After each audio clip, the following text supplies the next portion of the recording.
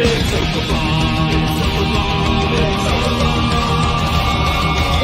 night in with Mauler and the drinker, getting trashed with the web-screen thinkers. A cheap night cause I'm feeling kinda thrifty, got a 10-pack of beers and a bottle of whiskey. Hop off the cork, have a glass of wine, that's feel safe, I'll be fine. Trouble walking in a straight line, but pour me a Pinot Noir. It's open bar with our hosts, Mauler and the critical drinker.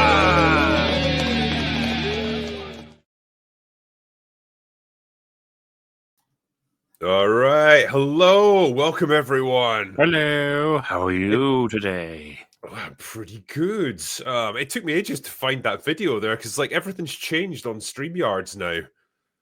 Updates, man. They ruin They've everything. changed the layout, and I don't like it. I don't like when things are different. Literally, why can't everything be the same forever? Exactly, yeah. You know, every time I look in the mirror, and it's like, oh, okay, I'm getting older now. I don't like that. Just stay the same, please. Exactly.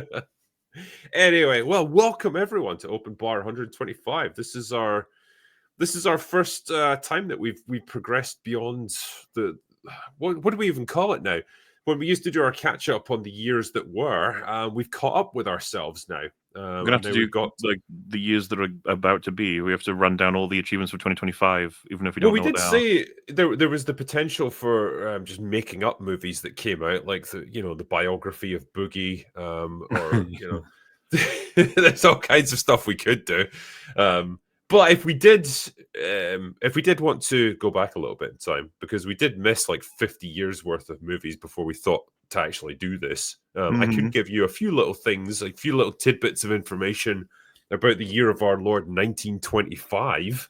Right, yeah. I mean, so it kind of was an interesting year. It was the year that television was first invented, which I feel is quite significant for us. Not bad.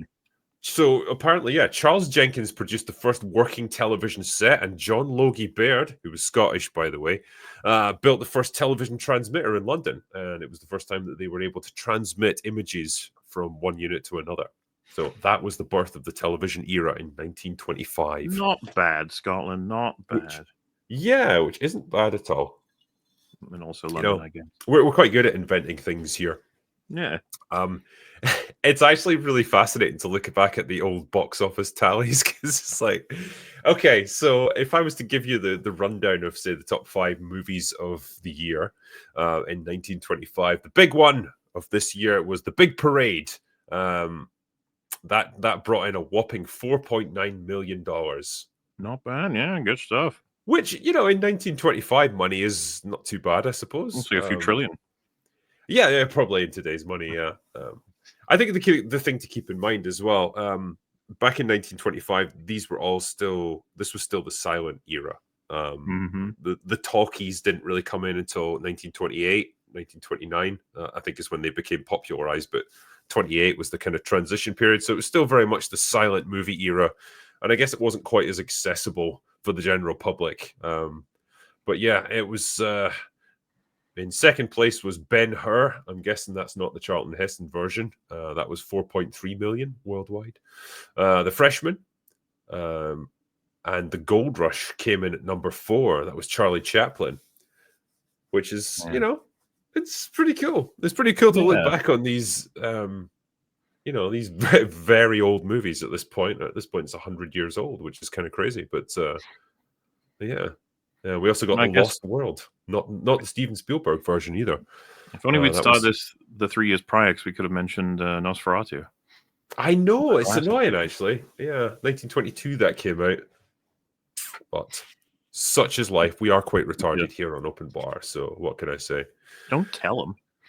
Well, they know anyway. It's kind of why they embrace us. I think, great minds thinking alike and all that. But anyway, here we are, and... it's probably right that we bring in our panel so that we can start talking about stuff. Yeah. So Disparu is going to join us shortly. He's in the middle of uploading a video. But in the meantime, to keep you company, we've got Metal Commander and Reaper. Yeah. So welcome to the bar again, my friends. Good to have you Thanks back. for having me again. Talk about retarded. I'm back. Woo! Yeah. Yes. Someone said retarded, and Metal showed up. Yeah, Not even like, invited. can someone bring the retards? Like, I'm here. I'm just on around. This man is a professional. Okay. Drinker. I remember that name. No, good times, good times. Thanks for having me back. No, it's good to have you back, man.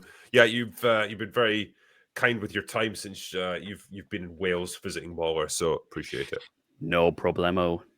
I mean, you've kind of got nothing else to do, I suppose, while he's doing. I'd probably bars, just be sitting here on my laptop and play video games until Waller would be back. I mean, you could like hang around in the background and like throw shoes at him and stuff while he's trying to record. could. Oh yeah, I could do that. Yeah. But anyway, yeah. I guess the first thing I was going to say is like we've often seen the meme of Hollywood burning, and FNT talk about it roughly every week. But now it's actually happening. I don't think I appreciated how bad this was, but yeah, there's wildfires that have engulfed large parts of California, and they're kind of converging on Los Angeles, which is a bit. It kind of sucks for the people that are there, and the best way I can show it is a handy little map that shows the two biggies that are happening right now. There's one over on the west side, it's the Palisades fire, and then on the other side, the Eaton fire.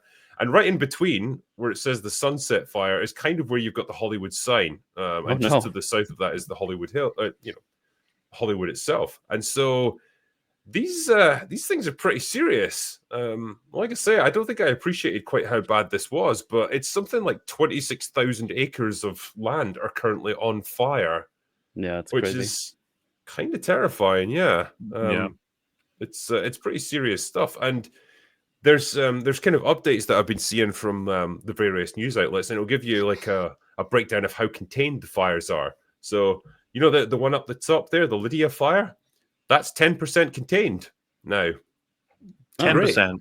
10%. 10 whole percent. The Palisades fire, you know how contained that is? 0%. Probably not at all. I'm no genius, but I think that works. Yeah. And yeah, man, it's kind of a scary prospect, I suppose. If you live in Santa Monica down there, you're right in the path of this thing. And from what I understand, the winds are blowing from east to west at the moment. So they're kind of blowing the Palisades fire away from the city.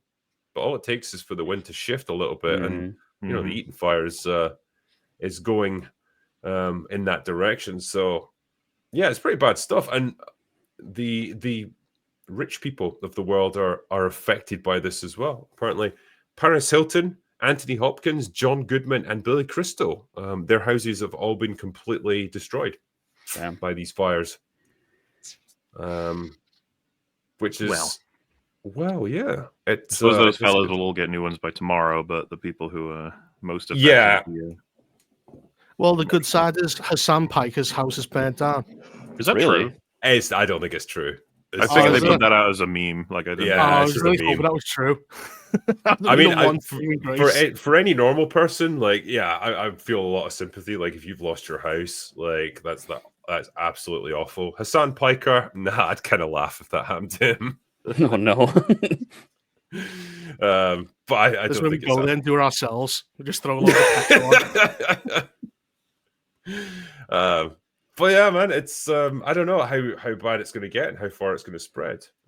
Actually, I'll just bring Disparu in as well. He's just joined us. Hello, sir. Hello. We're talking about LA and the Hollywood sign potentially catching fire because it's getting pretty rough for them. Yeah, it is weird. I'm assuming the red areas of the fire, like they're so distributed. Dude, imagine the fucking black areas with the fire. Holy shit! Oh my god. Well, Yeah.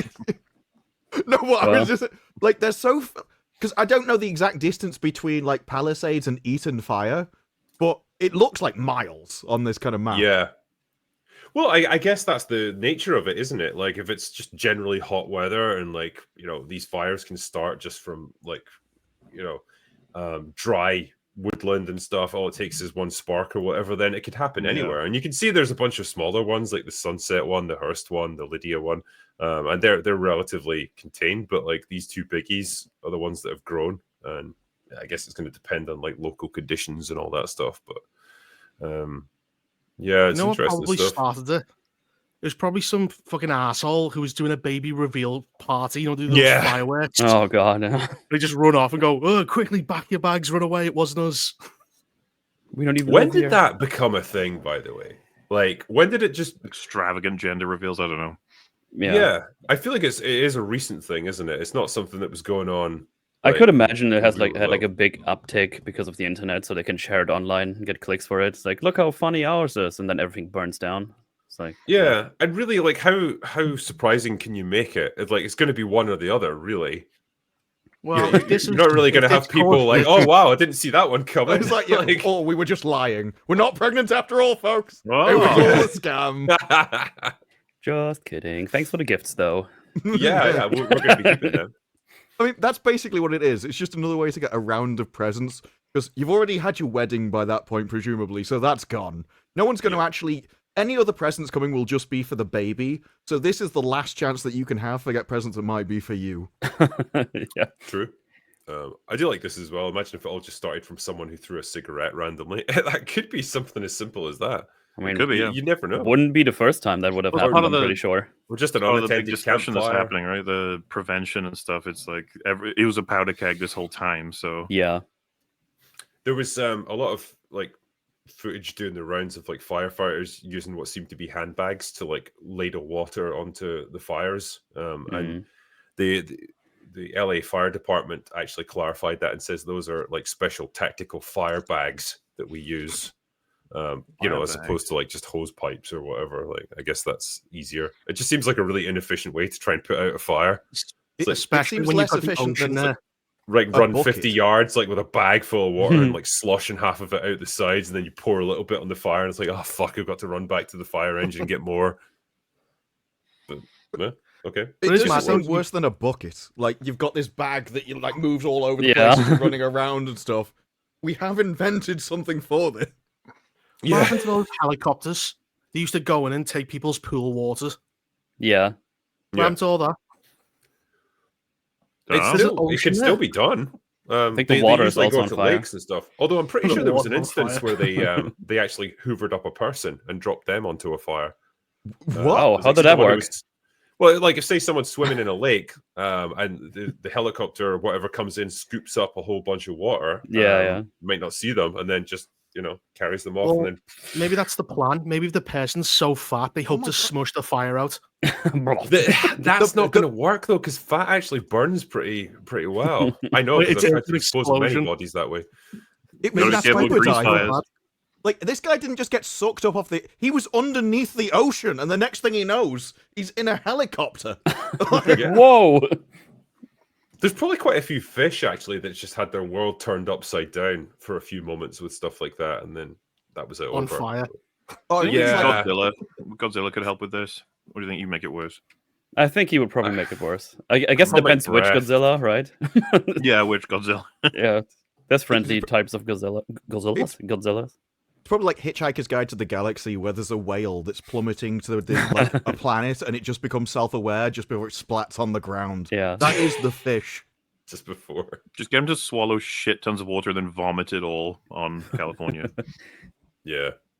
Just before I go on, actually, I just wanted to read out the super chat. This is from Kenneth Bates for $50. So it says, great channel. Keep calling out the ridiculousness of the entertainment industry. Here's something for the liquor cabinet.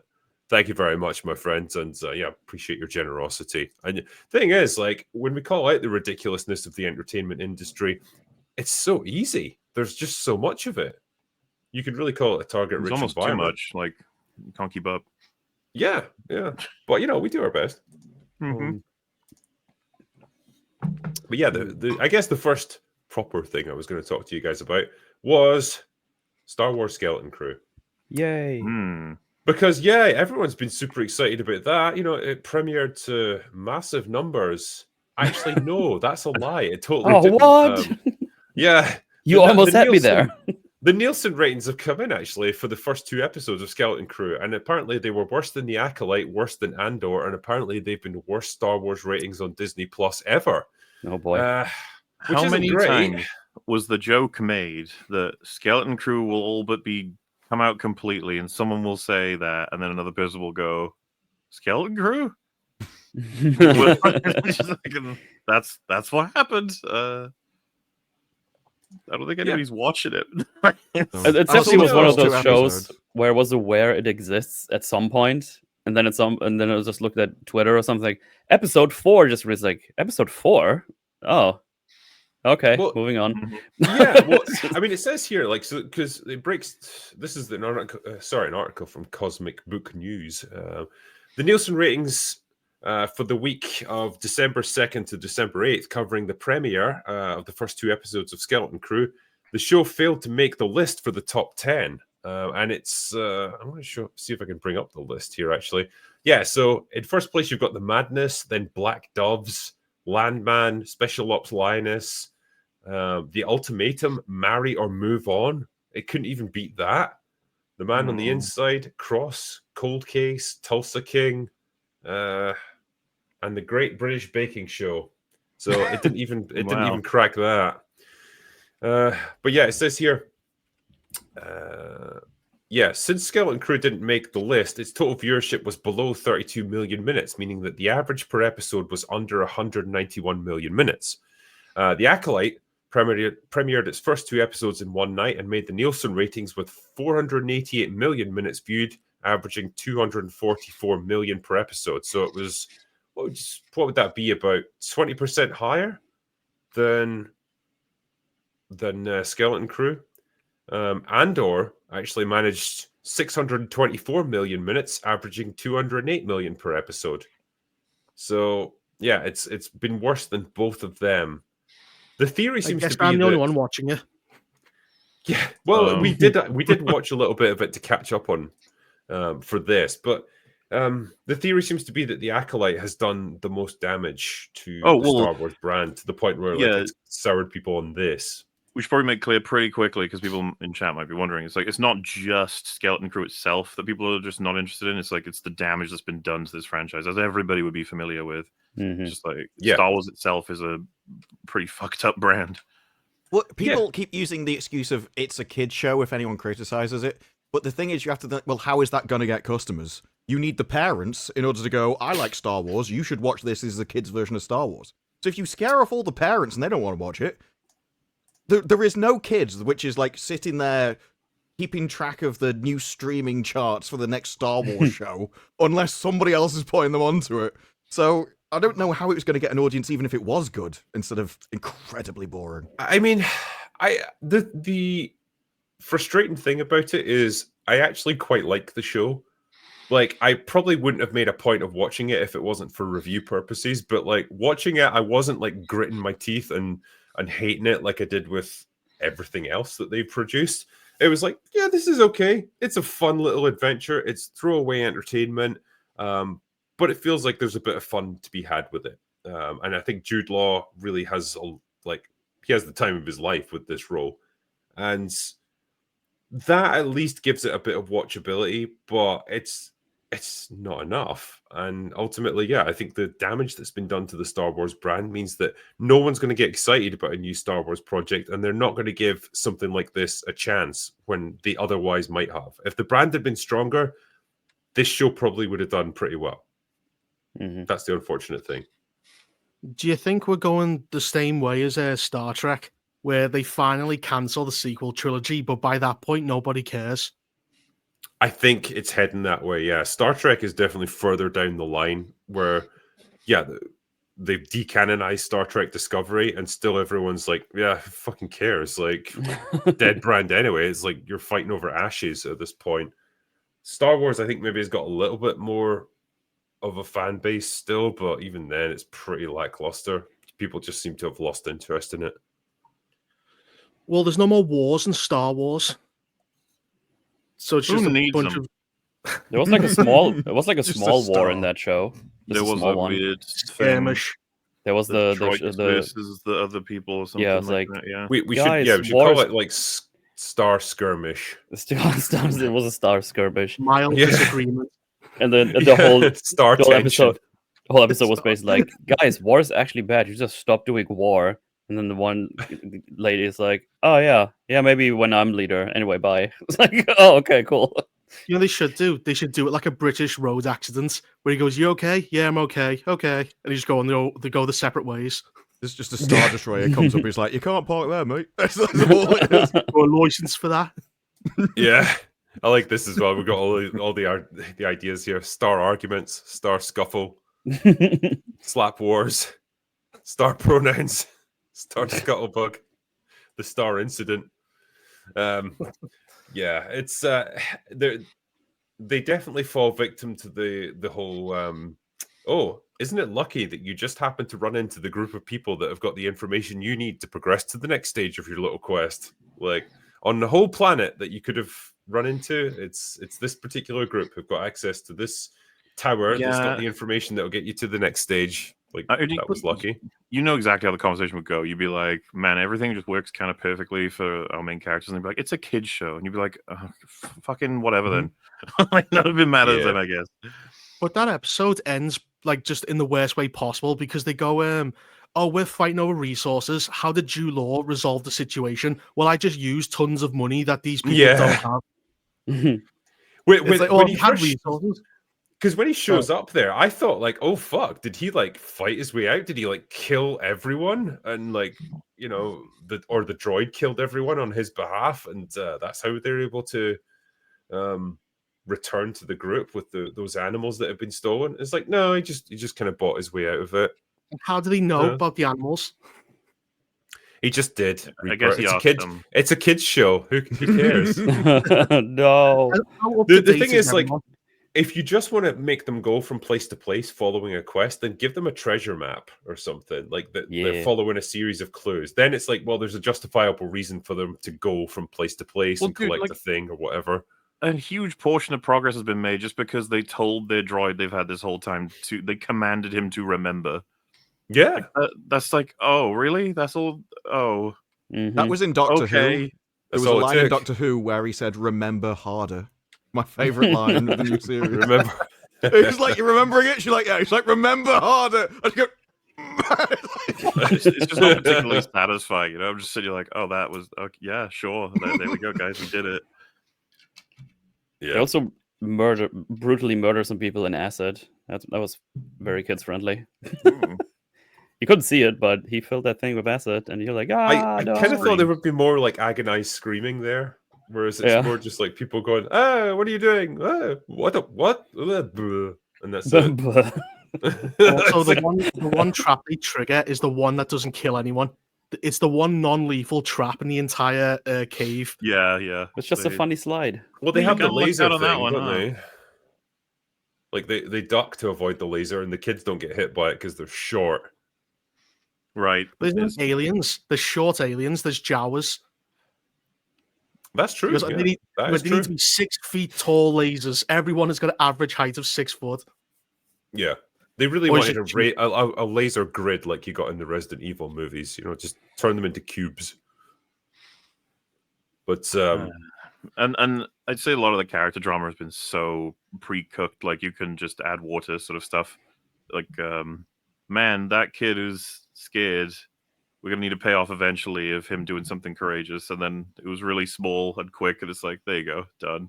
Do you remember, my favorite thing was when the robot girl falls out of the tube and they're like, "Oh, you're breaking." She's like, "Breaking," and it's just, what do you mean? It's like her fuse in the back of her head is broken. I was like, "What the fuck? Corroded. What is happening?" And she was on the verge of like dying forever. It's so casually done, and then it's just like, you saved me because you're like a hero, Jedi person. I mean, I think I missed that episode that you were talking about there. I'm one behind you, but I will say at least, like, you know, generic girl boss, like, who's the captain, she's less of an annoying asshole than I would have expected. Like, they give her a little bit of doubt, you know, a little bit of...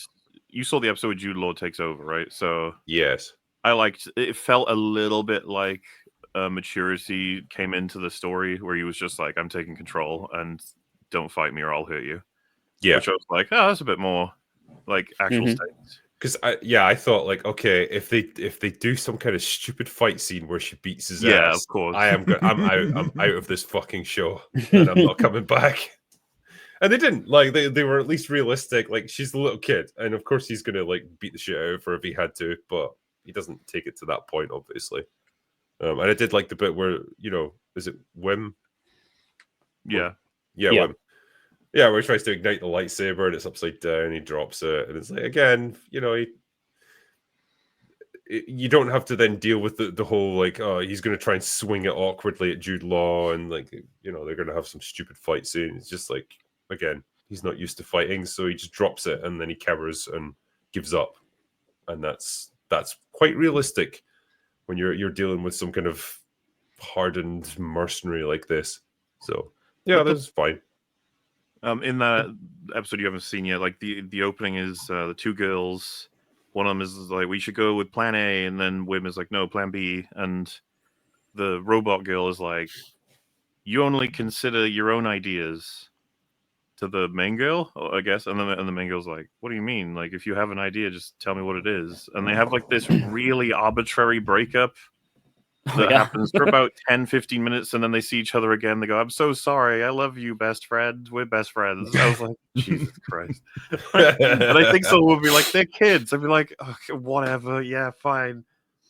You know that bit where defense. You know that bit where Wim's dad has got to like hack into the mainframe, and he's been given like a little memory stick to do it, and a droid spots him and comes over to investigate, and it's like he awkwardly hides it behind his back. It's like, show me your hand. So he shows his hand, and then it's like, show me your other hand. He shows his other hand, and then it's like, okay, he must have done something smarter here. He's like hidden it in his jacket or something. Then it's like, show me both your hands, and then he's been busted. Mm-hmm. It's like, oh my fucking god! That's it's like trousers. The fuck? Yeah, it's like, okay, the kids can be dumb. The kids can fall for something like that. Adults should be a bit more resourceful than that. Surely to God.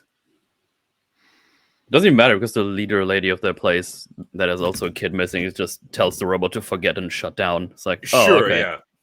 Like, great. So why did we even go through that whole thing? Exactly. It's like, I guess you found that to be exceptionally hilarious, so you just put that in there. So I mean, it's all very acceptable and kind of lame at times, and just doesn't really interest me. But at the same time, it's like, yeah, I could see the audience it's aimed at enjoying it, I suppose. So, way better than a lot of the shows they put out. Yeah, legit. I mean, as I said, as much as it is kind of dumb at times, it's probably, apart from Andor, the best thing that Disney have made Star Wars related. And that's kind of tragic, but that's kind of where we're at. That's the bar is extremely very low. I mean, the bar is extremely low, yeah, but they somehow turd. flopped over it. You get to go around different planets and places. The dialogue is fast enough; it'll keep you awake. There's action here and there. You get all special costumes and sets. Like I said, it's an adventure thing for kids. Have fun. Yeah. Well. Anyway, yeah, sucks ass.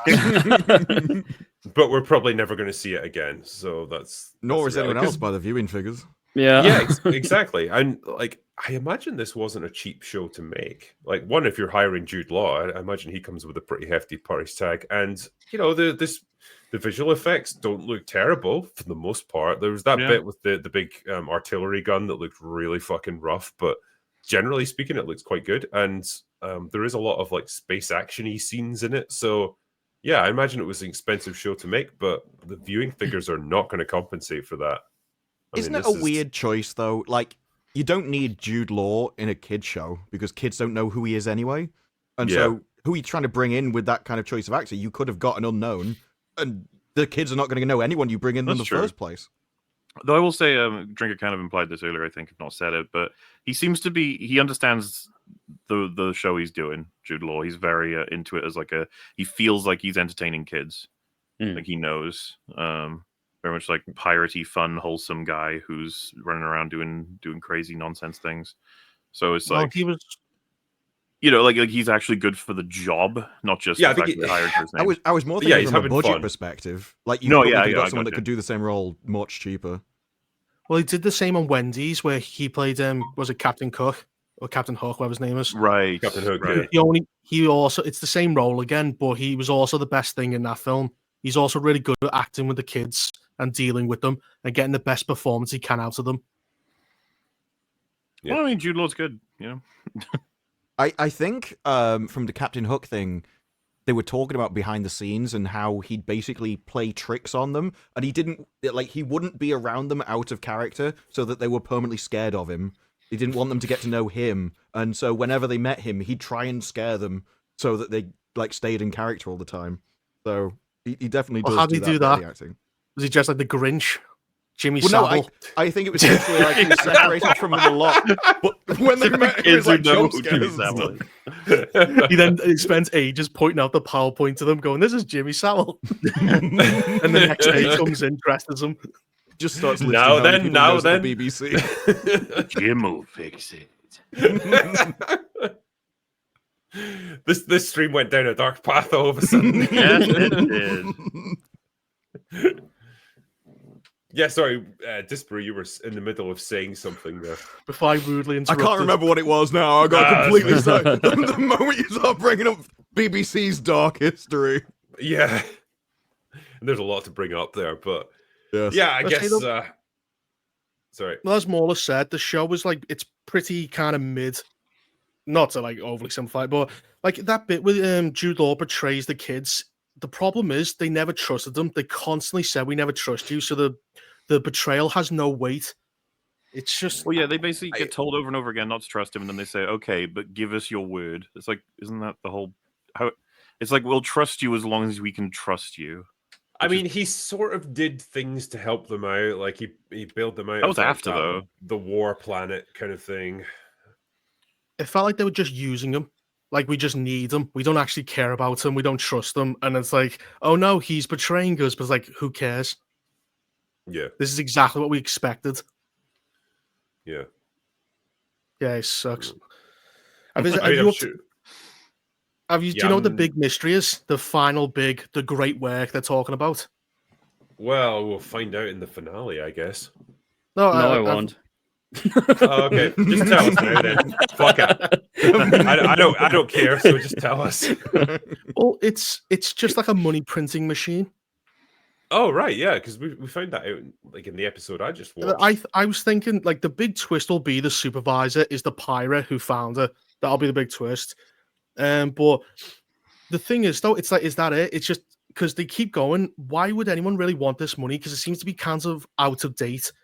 Because they make a big deal of old Republic credits. That's like me using a shilling. I mean, Well, yeah, they it's can like, have value. but it's so dumb because it's like you print money. You're not increasing the wealth in any Yeah. economy. You're I just suppose when you're in a devaluing it. galaxy, it'll be valuable for at least a little while before that all catches up, right? Hmm. I mean, But like, yeah. who We accepts can't print it old forever, money? though. Here's a penny farthing. I mean, Once you keep it does Well, they raise probably questions trade of like for, how do you you know. even have a universal currency on a galactic scale and make it actually viable? Like, I don't think that would even work. It would just have to be planet to planet at a certain point. But Well, you got that in Phantom Menace, right? Republic credits, that is Yeah. for real. but it's implied that like Republic credits are viable within like the core of the galaxy. It's just on the outer rim where like things are a bit, like up in the I feel air. like the and, euro. yeah, I mean, it's kind of like the Wild West, really, isn't it? Like you barter for stuff. Like that's how things are done out in the outer rim. And I think that was what they were implying there. But like, I took those credits to mean that they were super old, but that they could be traded somewhere for like great value, maybe. I don't know. Yeah, but it's like they're like 40, 50 years old. You'd had an empire and a new republic. You've had two forms of credit. Because imperial credits are different from republic credits. Sure, but like, isn't unlike super old? If you found like $1 million in super old money, it's worth even more than $1 million. no. Because yeah, Only to collectors. Well, I mean, No. what are you talking like a note or something? Like a bank note? no, like if you say like some robber robbed a bank in the 1900s, like literally 1900, and had a big old briefcase of $1 million. If you had that today, it would be worth more than it was then. No. I mean, I'm almost those certain notes. that's the case. Well, it would only the be if it actual had collector value. yeah, the Yeah. actual notes would have been defunct long ago. Like they wouldn't even be legal tender anymore. Yeah, No, it's just but, like, collector's it's- items. I mean, if you're That's talking all the about value. like just inflation, and like how it would go up in value. Probably gold would be the best thing. Like if he stole gold bullion, then yeah, that would surely go up in value over time. But like that's not really currency. That's just like an actual valuable metal. These are like we're talking collector shit versus actual currency, right? What is the Republic credits gold bars? Are they, like I said, I thought that they were like trade-inable. Well, they seem to use them as actual money. They're definitely used as currency on the secret Spar planet. Yeah. Oh well, but the way people react to them, it's like people finding something. I don't know, some old thing that's worth a lot if you trade it in. Misprint pennies or stuff. Like special currency. Yeah, well, because I guess the gag of this is like it's a kid's lunch money, but like outside of his planet, it becomes like this incredibly valuable treasure that like could buy you great wealth. Like when they go to that pirate planet to like the shipyard place to get some repairs done, and he's got like 1 Republic credit, and it's like, holy shit, you've got a Republic credit, really? That's kind of what it is. But like it's I guess because of the rareness of it or whatever. But like it seems to be like quite unique to that. It's like a particular era or regime Republic credit, right? Because there's several. You got Old Republic, New Republic, regular Republic. Like I assume they all have different currencies. Just a collector's edition. Like that's kind of what I'm getting at. I'm not 100% clear on. Credits in. I didn't know if the value was just standard currency value or because there's extremely rare old thing that trade in for a lot of money. It's whatever the plot needs. Pretty much. Yeah, it seems like it. Yeah. You don't expect kids to understand economics. It's probably what it is. Wow. Like, I wouldn't just say anything. It just looks like gold. It is super disappointing that that's the secret that we've been chasing throughout this whole series. Like, I just kind of figured it'd be something a little bit more interesting than like, we print money here, like space doubloons or something. Yeah, because like we've just had an episode where they go to a place that's full of treasure, like an entire horde of treasure. Okay, we've already experienced like great wealth within this show. Dude, that was nuts. Jude Law, like, he's just got a little passageway that he came out of that leads to probably the most riches any planet has experienced just right there underneath their feet.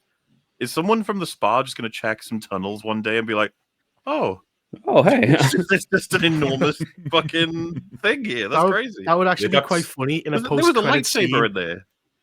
I also hate that about Star Wars stuff. First of all, it did not need a lightsaber, but whatever. I guess we have to have one. But lightsabers should be seen as just again collector's thing. You see a lightsaber, you're like, holy fuck! Imagine how much money that's worth. Like the technology is incredible, even in the Star Wars universe. Mm-hmm. Yeah, but they treat it so flimsily. Yeah, just as a thing itself, it's just amazing. But like, it's so ubiquitous in the Star Wars universe. It's just like, oh look, a toy. I mean, yeah, like, what is the deal with Jude Law's Force abilities in this? Because I don't think they're going to answer them. Right. I think they want to leave it up to you because he needs training, but they don't want to say he's a Jedi. Well, is the answer just going to be boring? Like, he can just use the Force, and that's that. Yeah, I don't think we'll get an answer. I think it's up to us. I think that they don't want to do the whole how did he survive Order 66. But they also don't want to have like people just learn the Force. So his entire background will just be a mystery. Well, if Rian Johnson taught us anything, it's that anyone can use the Force and just be powerful in it. It's fine. Dave Filoni said that everyone has access to the Force. Everyone can become a Jedi. I hate Dave Filoni in ways you can't imagine. Well, wasn't that so? That was all of them, right? Like there was a collective effort from Ryan and everyone too to say that. Yeah, everyone's a Jedi. Broom Boy's a Jedi. It was the kind of retardation that can't be encompassed within a single mind. It had to be spread over multiple idiots, and they all found a way to club together and make it happen. So, well done, guys! Your combined efforts like gradually destroyed the very foundation of Star Wars. The sheer power that you get with using the Force, like there wouldn't be some massive corporation that was just teaching people how to do it, that specialized in it. People playing fortunes to learn how to use the Force. Yeah, you could go on like a weekend seminar or something, like, learn the Force. Of course. That would definitely charge a fortune for mastery. it. Learn the Force to lose weight or something. Like there'd be all kinds of fad like ideas with it. like learn the Force fast while sitting on your sofa eating pizza. Yeah. No effort required. Or they'll develop like a drug that's like, like speed run the Force or whatever. Ozempic. Yeah, Force 190-day course. Or like a guy who wants to get stronger in the Force, so he starts injecting himself with like Forceoids. powers. Yeah, Forceoids. Oh shit, he's got Force Anger rage. Yeah, we go.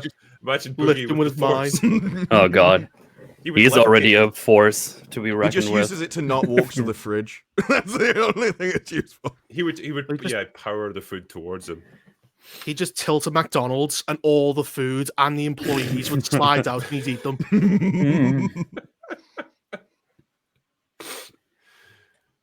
Well, anyway, that was Skeleton Crew. I can't wait to watch the finale next week. It's going to be quite the experience. Yeah, you can tell me how it was. I'll let you know all about it. Sorry, what were you going to say? I said, we already know it's going to end. You've got the gun on the school, which they're going to operate and shoot down the fleet. You know the supervisor will be the pirate they're chasing. That'll be the season 2 bait. You kind of just know how this all going to end. It's pointless. Yeah. This one cropped up on Twitter today, actually. I just noticed it and it made me laugh. Apparently, AAA studios are really terrified of critics like Asmongold and the Critical Drinker. How knew often that do you guy two was get up to no mentioned good. in the same sentence? I don't even really like critique video games. What the fuck's that all about? And yet they're afraid of you. Yeah. well, If there's like Yeah, when- Monsters Inc., and you come out the cupboard. it's like and all you these scare them. game developers, yeah, like they go to bed and then like they lie there for a few seconds and then they just look underneath to make sure I'm not there. And then But if you were, one though. day I will be. Now I kind of just hope you're in other industries' fears as well. Like there's a makeup industry. It's like I hope he never used that. He's gonna destroy us. One day I'm gonna like get my tendrils into every industry and just like make fun of all of it. But yeah, this one kind of made me laugh actually. So it's funny. Where's the article actually? Yeah, I think it's bounding into comics that have done it. It says, according to the Kingdom Come Deliverance duology director Dan Vavra, contrary to what the overall industry would like the public to believe, the criticisms leveled against both the video game industry and its output by such large online critics as Asmongold or the Critical Drinker are having a definite impact on AAA developers. So they're afraid of us, apparently. An industry veteran who previously served as the lead writer on the first two Mafia games before going on to co-found Warhorse Studios and create the RPG series Kingdom Come. He revealed this information during a long-form interview given to the, I can't even say that, Nepshulepsky podcast.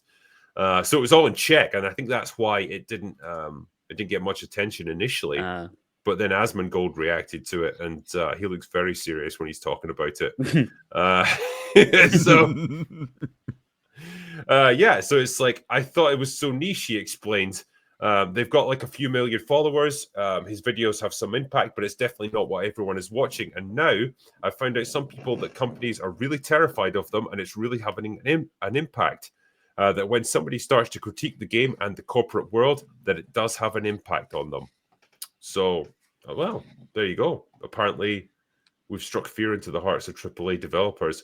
And they should be afraid, not of us, but like of the overall audience reception to their games, because they have been failing quite a bit, especially in 2024.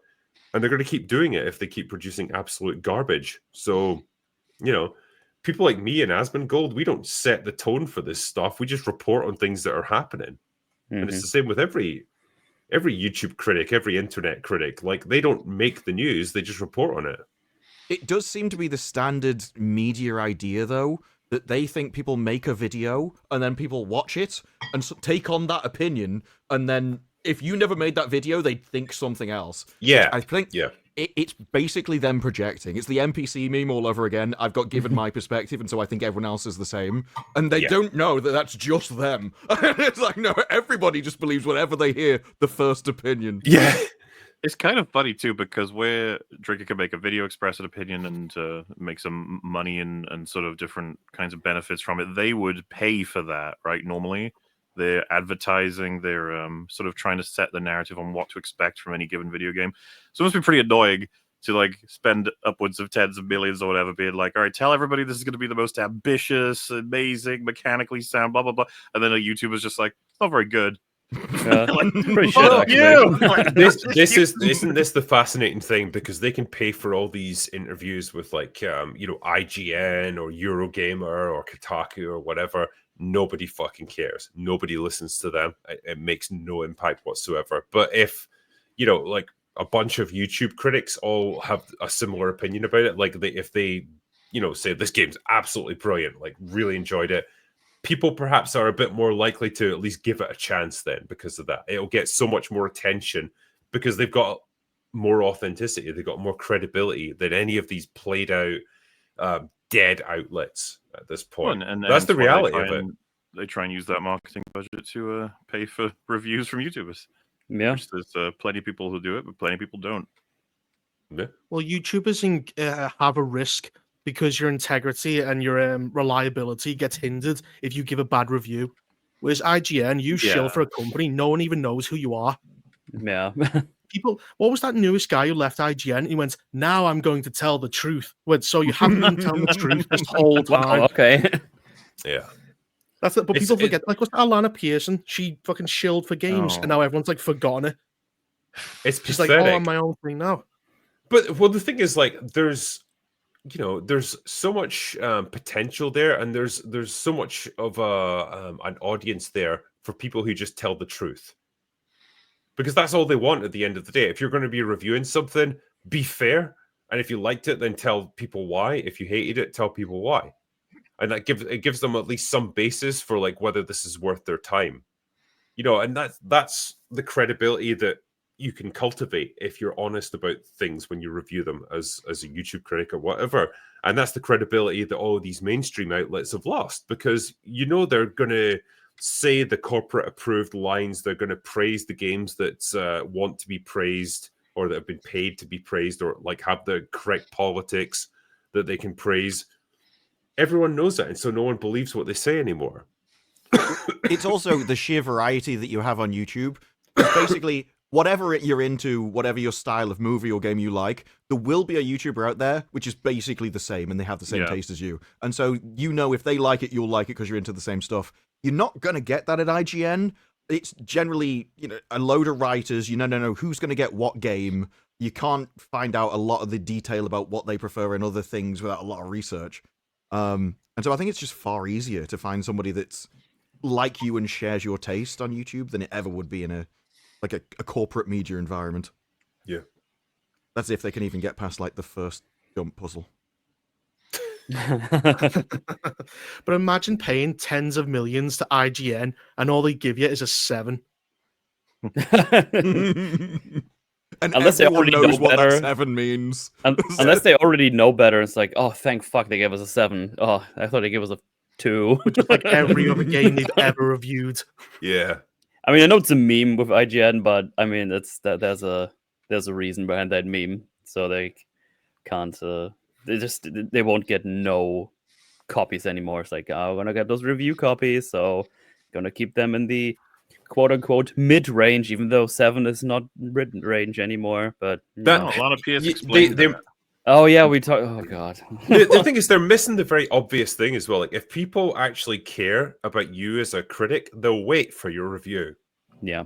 And so you don't need to be first off the mark with it. You don't need to get those early review copies. You don't need to be beholden to the studios. You can just get the game when it releases, play it, review it, and if people actually care about you, they'll wait to hear what you've got to say. That's the reality of it. But people Also, don't care about them anymore. Like, after I've reviewed like a TV episode or something, I always go and start looking at other people's afterwards, because they generally pick up on stuff that you didn't, and so it's interesting anyway. And so I don't think anyone really goes and watches one review of anything. And even after you've played the game or whatever, I still find it interesting to go and watch reviews later on to see like what I missed or their kind of opinions on it. the reviews themselves are almost entertainment rather than just purchase decision. Yeah, when a guy's like Good pissed information. off and he's reviewing like a game you hate, that's fun. That is Yeah. cathartic. Yeah. It's Yeah, cathartic. Yeah. absolutely. What was I going to say? Yeah, I just wanted to read this super chat out that came out as well. This is for $50 from Bradzilla, who says, "Finally able to catch a live stream. Excuse me. Love you guys and keep up the great work. And with that said, I saw Nosferatu last Friday and I've decided that Robert Eggers is the director that I want to direct on I Have No Mouth and I Must Scream movie." That'd be interesting to see his take on that, actually, because I've read the short story and I really like it. But yeah, I'm glad you enjoyed Nosferatu and appreciate the donation, man. So thank you. What's this here? Yeah. Bear with me 1 second. Yeah, the other thing I was going to talk a little bit about, this is a slightly older one, but it's regarding James Bond and the future of the franchise, because as far as I understand it, Barbara Broccoli, the head of the production company that owns the rights to James Bond, is currently at war with Amazon over the future of the character and what they're going to do with him in terms of casting and subsequent movies, because production has been on hold apparently for some time now. There's still no further word on who's going to be cast as the new Bond, and she apparently described Amazon as, quote, fucking idiots in terms of dealing with them and where the franchise is heading. So I'm kind of curious to see where this is all going and like what the hell they could possibly do with Bond now, after the Daniel Craig experience. Is that Execution. the word? Experience. Yeah, like it was something, that's for sure. Yeah, I'm kind of curious to see where it's going to go now. Yeah, I just love the fact that she just publicly described them as fucking idiots. Yeah, there was a Hollywood Reporter article back in April where it was talking about it then. Sources also believe that Sulky put her foot wrong with Broccoli by mentioning a possible Bond TV project, which Broccoli would not want. So from the latest story, it seems like that's like the spin-offs with Moneypenny. I was going to say, don't they want an MCU of Bond? Yeah, that's Sounds their awful. goal. I want a Moneypenny spin-off. It's just like her answering the phone and filing for the entire series. Yeah, it's just like her in the office. You could do like a sitcom. we had a Pennyworth prequel, okay, for Batman. We can do anything at this point. Because in the Craig movies, isn't there one with Moneypenny who's like an agent in the field or whatever? Yeah, She shoots him. She shoots him, and then she She's the one that decides shoots him, yeah. she's not very good as a field agent because she keeps shooting her own agents. So maybe it should be like a secretary. That or is a something. disqualifier. She's not Yeah. wrong. That's the first day. Her first day is you're on a train with a gun. She goes, I'm not Yeah. qualified for this.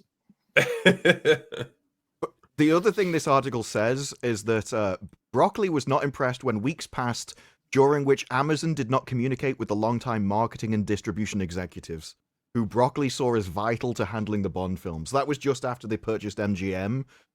And it seems that Amazon just isn't very good in the entertainment industry, where they're all used to being sort of, hyped up. Everyone's meant to treat each other as if they're big and impressive. And Amazon comes along like a corporate world, doesn't know any of this stuff, treats it like a business, and just offends everybody. And so just pisses off people like Broccoli, which used to being treated nicer. Well, it's just another franchise to strip mine, completely hollow out like Star Trek. Did you see the Bond property they did make? It was like basically a Saturday night quiz show with a Bond skin over it. They would just go to areas around the world, make them climb a crane or something, and then answer a multiple choice question. And they pretended it was Bond. Wait, what was this? Wait, didn't Journey Brian Around Cox the in it? World or something? Yes. Oh, he was the best thing about it. Wasn't he just like lured into it thinking he was He going thought to it be was in a Bond an actual movie. Yeah. Yeah. He said, I would never have signed on if I knew. Yeah, this is the absolute worst scenario. Road to a Million. Yes, yeah, that was it. But it's the worst situation for Bond to be in as a franchise, as an intellectual property, because one, it's supposed to be quintessentially British, right? So the moment you've got it owned by like a multinational conglomerate like Amazon, who just, as you say, it's going to treat it as a property to be strip mined, then you're already in trouble. And two, it should be one movie every couple of years. Get a new Bond in. Ideally, have one lined up when your old actor is getting ready to retire, so you're ready to move on to the next one. And don't have this weird gap where you don't know what to do and you can't figure out where you're going. Like, you should be better prepared for this sort of thing. You knew fucking Daniel Craig was getting old. You knew he didn't want to do it anymore. Have someone ready to go. Yeah. Well, I think they wanted woman Bond, and then they had a big power struggle with that, and that's fucked up. And he went, well, you can be, because she walked it back, Barbara Broccoli, and she said, well, Bond is a man. He can be any color, and you can see they're trying to get a certain type of bonding. Yeah. And that's all the arguments are. But woke is kind of being dialed back a little bit. So now they don't know what to do. Yeah. I mean, I honestly think if they try and push a black Bond. Black blonde. Yeah, we could try a black blonde as well. But if they try and do that, fucking hell, it's going to be the fan base will just abandon it. I think there's been plenty of articles and Broccoli talking about how the next Bond will be more in touch with his feelings. It'll be like Daniel Craig, but worse. Yeah, it's going to be a modern man Bond. I was going to say, it's been fucking ages since No Time to Die, and Craig's era has been ended for some time. What is the legacy of his era compared to all the other ones? It just, I don't know about you guys. It just automatically, I'm like, ugh. One good film, kind of feeling. I never liked him as Bond, so his ultimately his era, his tenure as Bond, fucked up the entire scheme of how Bond functions on screen. Up until then, it had been very much there's a kind of loose continuity, but it's a floating timeline, and don't question it too much. Sometimes the actor playing Bond changes. Let's not think about it too much. Okay, have fun with it. Now it's very much right. We're rebooting the whole thing, and now there's an overarching storyline, and every movie follows on for the previous one. And then he gets old, and then he dies. And what do we do now? I don't know. Didn't think that far. Sorry. Our character's fucking dead now. We literally killed off our own franchise lead. What do we do? They also said they wanted to make 007 a mantle like Captain America. Mm-hmm. Yeah, that's horrible. And up until that point, you could have headcanoned where, the actors were changing, but it was still basically the same character going through all of the movies. That's exactly now what you can't do that. Now it has to be a mantle. I fully, in my head, I could accept, okay, Roger Moore, Sean Connery, Pierce Brosnan, they were all playing the same character. Mm-hmm. And, he didn't really age throughout the decades. I don't want to think too much about that. I don't Adrenochrome. Yeah, whatever it is. Child. Children's blood. Been injected that was with in the martini. Steroids. Yeah, who cares? You're not meant to ponder it too much. Each movie is just kind of a self-contained adventure with a very loose continuity tying it all together. That is okay. That's enough for it to work. Beyond this, though, the Daniel Craig era completely redefined what Bond is, and I don't know how you move beyond that. I don't know how you pass it on, because now you're essentially saying the next person who plays Bond is a completely different character. Canonically, it's just he happens to have the James Bond name, but he's got none of the connections that the previous guy had. He's just some other guy. Why are we supposed to bond with him then? Pardon the pun. And this is why I know a lot of people celebrated, it's great because Barbara's protecting Bond from Amazon, but I'm also I like the deadlock, because I don't like what Barbara did with Daniel Craig either. She was the one that was leading that charge, deconstructing him, making him more emotional. So I just like that both of them hate each other and it's not going anywhere. I don't want them to fix this. Just leave it alone. Is this like a Godzilla situation? Just let them fight. Let them fight. Because apparently the next guy's going to be worse than Barbara as well. So there's no hope on the horizon with the next son coming. Oh, yeah. No hope. Someone in chat said Johnny English is more Bond than Daniel Craig was. Unironically, yeah. I really like those movies, actually. Johnny English has another movie getting made. It's in pre-production, I think. So it's just the idea that great. Johnny English, the parody of Bond, is more reliable than Bond right now. Yeah. At this point, I'd be like, bring back an old Pierce Brosnan to be like old Bond. Oh fuck yeah, or dude. something like that would be that would work better. Like that It's was not a bad shout. We could be off the mark, but I'd be curious if that would make a shit ton of money. I feel like it would. think it Just would. like even a one-off. I think you it know? would. The problem is, like, again, you've pigeonholed yourself into like a dead end creatively, because it's like, well, okay, you might do that movie and it makes a shitload of money, but then where'd you go from there? Yeah, I guess because it's like is that a reignition of interest in Bond, or just people being really interested to see a Nostalgia bait, a I Logan think. equivalent? Yeah, I think honestly, like, because this was floated around as it was obviously just like a bit of trolling back in the day, but like a Bond set like in the 60s or 70s, like really in the Cold War era, stripped back, no crazy technology or gadgets or whatever, just Oh, actual gonna have to go. spycraft, quite serious. I think that's probably the way to go with this. Yeah, behind the Berlin Wall, and there's a lot of paranoia. Yeah, That'd be quite good. that kind of world, and I think there's a lot of nostalgia now, like in terms of like storytelling for that era. I think it would probably work quite well if you got the right director attached to it. That's where I would go with it. In terms of casting, well, that's a whole different. Could you do or this be just too unlike Bond, but like a Batman Beyond situation where you have Pierce Brosnan and then he's bringing in the new guy, so to speak, or is that we breaking Bond's law too hard there? I think it would be tough to do it that way. I'd love to see Pierce Brosnan do like an old Bond just to come back one more time, just because I like him as an actor. But I think if I was to try and launch a new iteration of Bond, I wouldn't want him involved, sadly. Well, I'm sure they're having these discussions and not way more shallow discussions about the cast, I'm not even sure they are though. Like with, let's say they didn't know she'd said this, and then an article comes out and she's like, "Oh, actually, she called you all fucking idiots." You're not really going to want to be in conversation after that, are you? Too much. I honestly think the discussions are like, how can we make Bond a black lesbian and get away with it? Yeah, I honestly Get think away that's with like. But I don't think Yeah. Barbara would complain That'd be- about that. I don't Isn't know. that if like she- casting call went out that said whiteness wasn't required or something? There was a thing. isn't that a reason why they say Pedro Pascal's casted in everything because he's white enough? I've heard that. I've heard that theory. Where it's like, he looks white, but it's like he's also what is He's he? just diverse. Yeah, is it 2 Puerto feet in Rican or 2 something? worlds. Yeah. So you're saying he's the next Bond?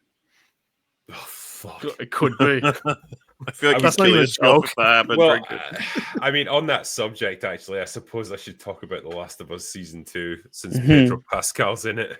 Yay.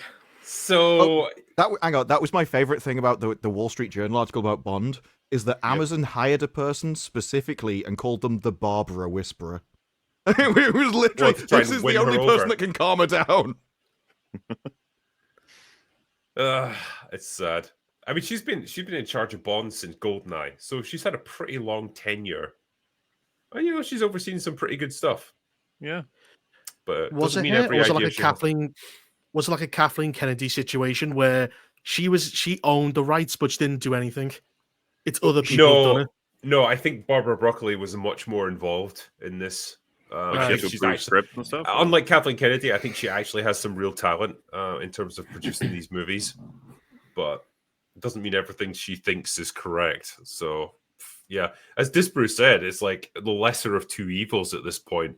You've got one slightly idiotic person who's been in charge of it for a long time and has done some good things, versus a really idiotic mega company that's wanting to just gobble it up and turn it into another vehicle for a James Bond MCU. So, Yeah, like, and I who do think you you side saw with? her change with the times, and that changed Bond with the times as it was. So she was involved with the Brosnan movies, but that's when she started, and then she Yeah. probably got like into a full power with Craig, and that's when we start to deconstruct him as a man and make him more and stuff. And Yeah. where the women started to turn Bond down. Oh, it was like, yeah, bringing Phoebe Waller-Bridge in, fucking hilarious idea. Exist outside the box says, "What do you think about Aaron Taylor Johnson being Bond? I think he would be very interesting Bond. This is my first time making it to the live stream. Cheers, boys! Thank you, man." And Cheers. I think I responded to this once on Twitter when that was like the current rumor. I would be okay with Aaron Taylor Johnson being Bond. I think when I watch something like Bullet Train, I think he's got the swagger, he's got the physicality for it. He's young enough that he could play it for the next 10 years or so. He could probably pull it off. He wouldn't be my first choice, but I think he would be an acceptable choice. I don't know how you guys feel. I agree. Looking at the images, there's him in a suit. I'd have to see him shaved in a suit. Yeah. You have to be suave and sophisticated. And for me, Daniel Craig always just looked rough. Even when he was in a suit, he was kind of out of place. Whereas I think Brosnan had that sort of on-point look about him. He could go to a black tie event and he'd just kind of fit right in, kind of thing. It's not an easy, it's not an easy thing for an actor to be both like dangerous and rugged, but also suave and be able to move between those two worlds. It is actually a bit of a skill. Connery could do it. Brosnan could definitely do it. Roger Moore could sort of do it, but he was kind of goofy at the same time. But yeah, Daniel Craig, I'm not sure. I prefer Aaron to the guy that Hollywood Reporter just said that they were going to have. that one, no. Like, he's way too goofy to be Bond. Oh, is that the guy with the huge ears? Yes, that one. Yeah. You're going to call him Jughead? Yeah. It's like, how's he supposed to be a secret agent when you can see him from around a building? He's good for spying though, because he can hear fucking everything. One clap and he's gone though. It's just like Drinker, have you considered Bella Ramsey for Bond? Well, there's your segue. As bot for Bond girl. As segues goes, that's pretty slick. So we've got we've got a whole bunch of teasers that have come out recently. We've already had the trailer, but then they've started releasing new teasers for The Last of Us Season 2. So, when I see this, I think this is heading for disaster, this show. I hope I'm wrong, but when you consider the source material that they have to work with, when you consider that Neil Druckmann is the showrunner on this, and he's brought in the woman who co-wrote the game with him, they are clearly going to stick to the plot of the game pretty closely. I think it's going to be a nightmare, and have we come across this before, where we're basically saying unequivocally any and all faithfulness to the source is a horrible idea? No. This is a first. I feel like this is a rare time. Yeah, that we say like, do do not be faithful to the source. Absolutely not. This is a first. Yeah, and so I don't know what to advise them in this case, but I think they're going to ignore it either way, and they are just going to go for the game plot. Based on everything I've seen in the trailers. In the finale, I think they will stretch out that bit just to keep him in the series. Yeah, I mean, they have said that the plot of the second game is going to be spread over multiple seasons. I suspect two. I think it's 7 episodes this season. Where we'll start pretty far back where Joel is not just alive. We've got plenty of scenes with him and Ellie that are running concurrently with a future where he's died, and the point of the season is to see that connecting scene, which will be right at the end of the season, where he dies. They could do it that way to keep him in for quote unquote all of it. That is a nice way of doing it. I don't think they're smart enough to do it that way, though. No, I think they're going to go linear fashion. They're going to get the build up to Abby and her assault on the town. They're going to run into Joel. There's probably going to be quite a lot of like interpersonal drama between Ellie and Joel. When she discovers what he did at the end of season 1, particularly because they've reframed it so that he's very much in the wrong. In the game, it was much more open to interpretation. This time around, I think it's very much like, no, he was just a full-on psychopath, and he broke. And now they want you to hate him, basically, and they want you to be ready for him to get punished. I don't really want to refamiliarize myself with The Last of Us 2, but I'll be curious if they make any small changes based on the criticism they got. They'll have to go from memory. They won't. Did they tell us the? Oh, go ahead. I was just saying, I think they already have to the first season because all the criticisms of number 2 were addressed in number 1. Like Abby Armstrong, how did she get so big? Because there shouldn't be enough food. Yet we saw a giant fat woman in season 1. It's like I don't think that was intentional. For I like like that the giant plot. fat woman. Oh, she's so fat. She looked like she got stung by a bee. She's so fat. Your body runs out of places to put, so it starts stuffing the fat in your face. Yeah, But, like, but I with think bits like that's that- just like tick box targets rather than thinking, yeah, we're going to plan for the Well- future and show they got Well, loads of the food. thing is, like, Joel is too smart to get ambushed. Yeah, he got ambushed by a deaf kid. Yeah. Like, Joel wouldn't trust strangers. Yeah, he goes on across to Bill's place to have dinner with some guy he talked to on the radio. It's like all the criticisms you can tell Yeah. they were addressed in season 1, yeah. and he's The- changed the character. The Joel that we have in the show is so different from the one in the game. Like, he is weaker, he is more vulnerable, he is less in control of himself. He feels more and the- prepped for the Last of Us 2 than the game one did. Yeah, Mm. and it pisses me off because particularly I feel like the relationship between Joel and Ellie was so undermined in season 1 of the show compared to the Yeah. game. The game was so much more interesting because you actually had an emotionally vulnerable Ellie who gradually matures into a more capable person who ends up being very protective of Joel because they both earn it. Whereas in the show, she's just like super aggressive, super like confident and smarmy and unlikable right off the bat. And just like there's nowhere to go character-wise from there. I think it's like Joker 2. It is essentially, if you thought he made the right decision in the games, you were wrong, and we're going to prove it to you. And so that's No, what the not series again. is. I still think he made the right decision in season 1. They didn't change it enough that they made him immoral in it. He was still correct. Yeah. No, I think they'll- it's from their they'll say morality. it You're this supposed to care season. more about the random person on the other side of the world and like the collective decision than saving your own family. They will see saving Yeah. your own family at the cost of everyone else as evil. Oh, it was Well, fucking collectivism crazy. is clearly the correct thing to do. Like, When it was- as Oh, we- I saw your video during it with that communist clip. I forgot Yeah. about that. it's so fucking on the nose. And it's like, I actually meant to put in a bit where Ellie's like, this place actually fucking works. It's almost like you needed her to just be saying, like, hey, if everyone just pitched in, communism could really be the way forward for our society. You know, like, What if it's you just so spoke Russian? There's He's a going, Star rise, Trek scene. proletarians. Yeah. Star Trek Strange New Worlds has a character walk onto the ship, and they're like, why have you got all this stuff? We've got replicators. And she's like, this is just in case your communist utopia turns out to be a fad. And I'm like, really? Do we have Yeah, like a like it- proper release date for that for season 2 now? It's April. not come out yet. Is it April? Is that what they're saying? They said April in the trailer. Dude, if, April. Oh. if they really do hole in one him again, it's just another medium, another whole fucking discourse loop of just talking about how stupid it was.